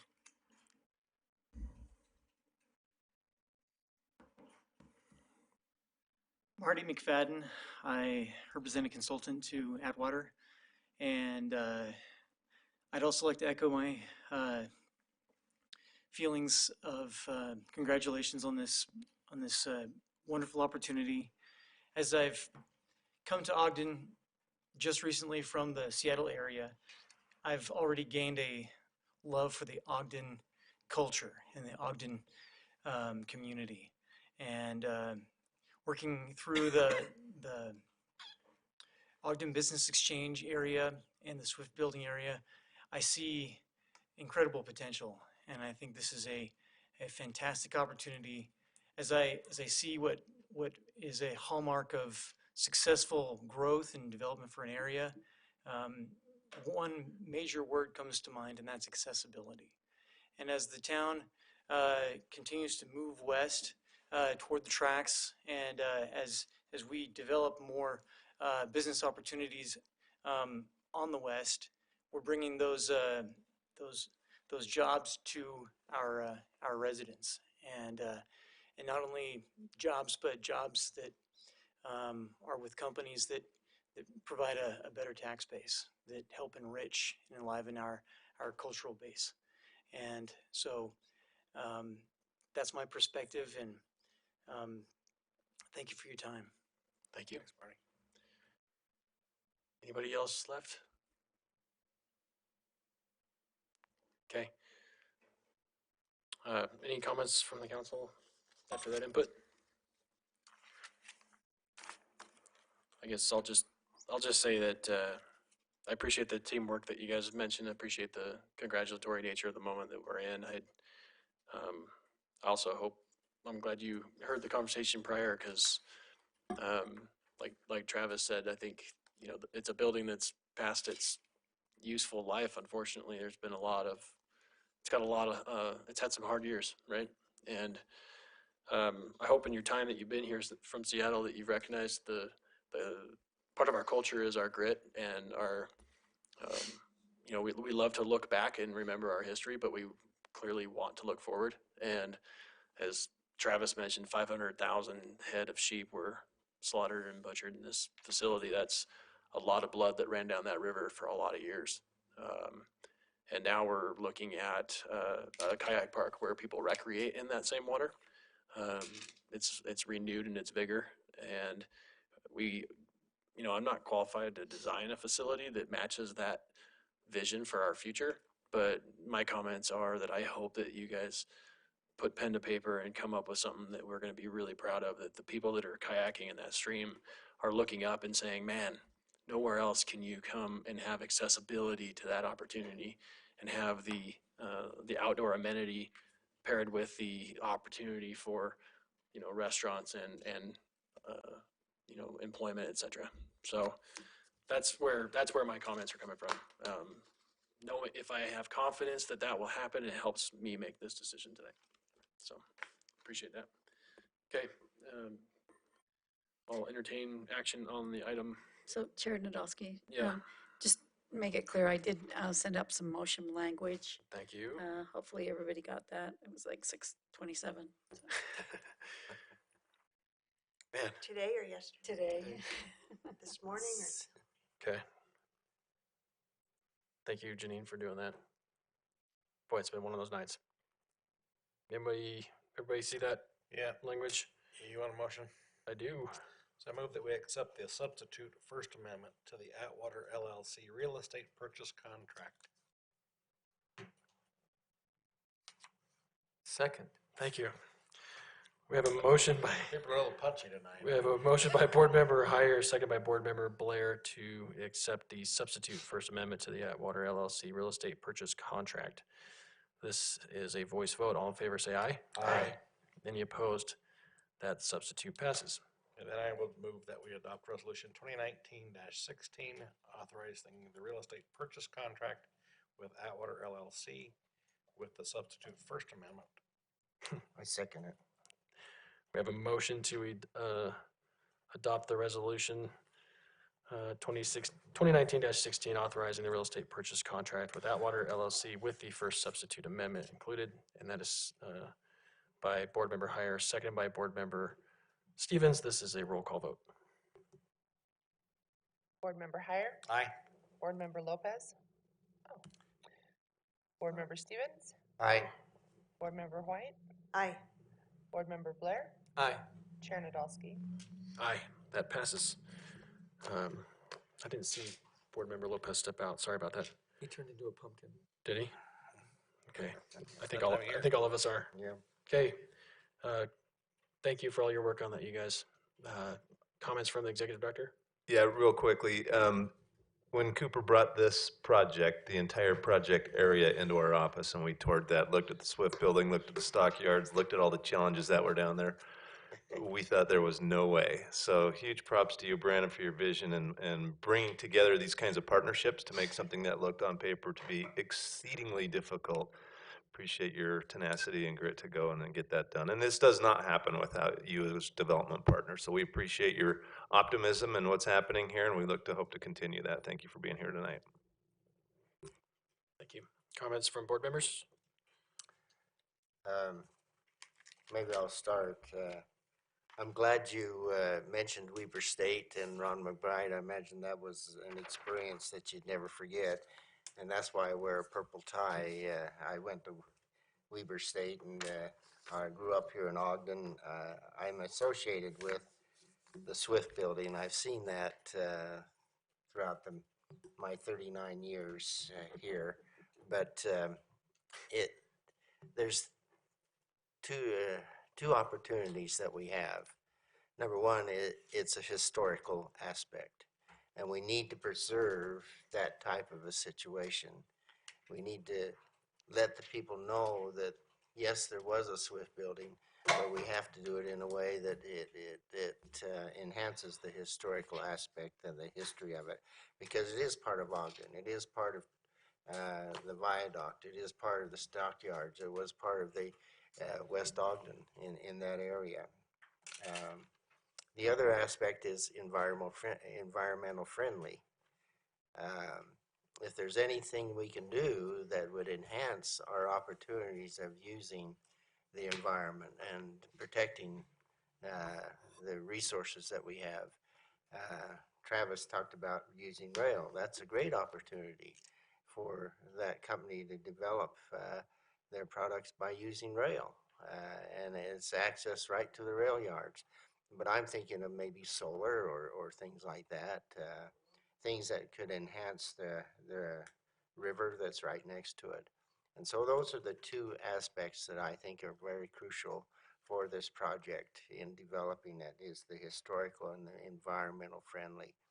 And you that are associated with that water have that opportunity to suggest that and say, hey, can we do this, and can we develop this type of a program into your building? And it'll save them money in the long run, but also we can use it as a promotional aspect, saying this building is moving forward in the environmental aspect of it. The other aspect is that I want to thank Brandon for your opportunity here of seeing what can happen. This is a great opportunity for the west side of the city. And if we didn't take that opportunity, then it may not develop what we want to develop in the long run. This is not what we see happens today in the present.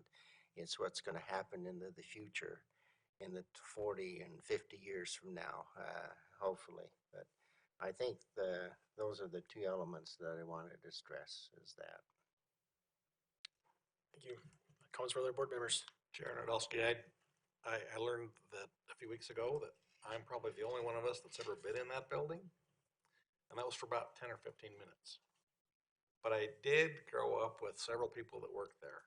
They were butchers, etc., that worked there, and so it was a viable part of our community for a lot of years.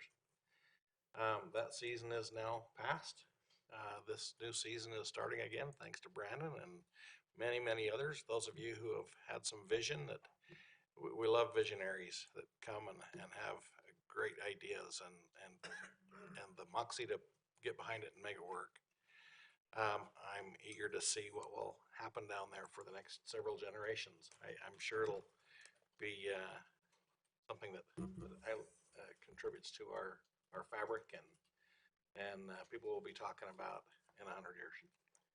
That was a perilous 10 minutes. We're glad you're still with us. I know, it was kind of scary then. Anyone else? That was back in the late 70s. So. Yeah. Anybody else? Comments? Okay, I'll entertain a motion to adjourn. So adjourned. So moved. Second. Motion by Board Member Heyer, second by Board Member White to adjourn. This is a voice vote. All in favor, say aye. Aye. Any opposed? We are adjourned. Thanks, you guys.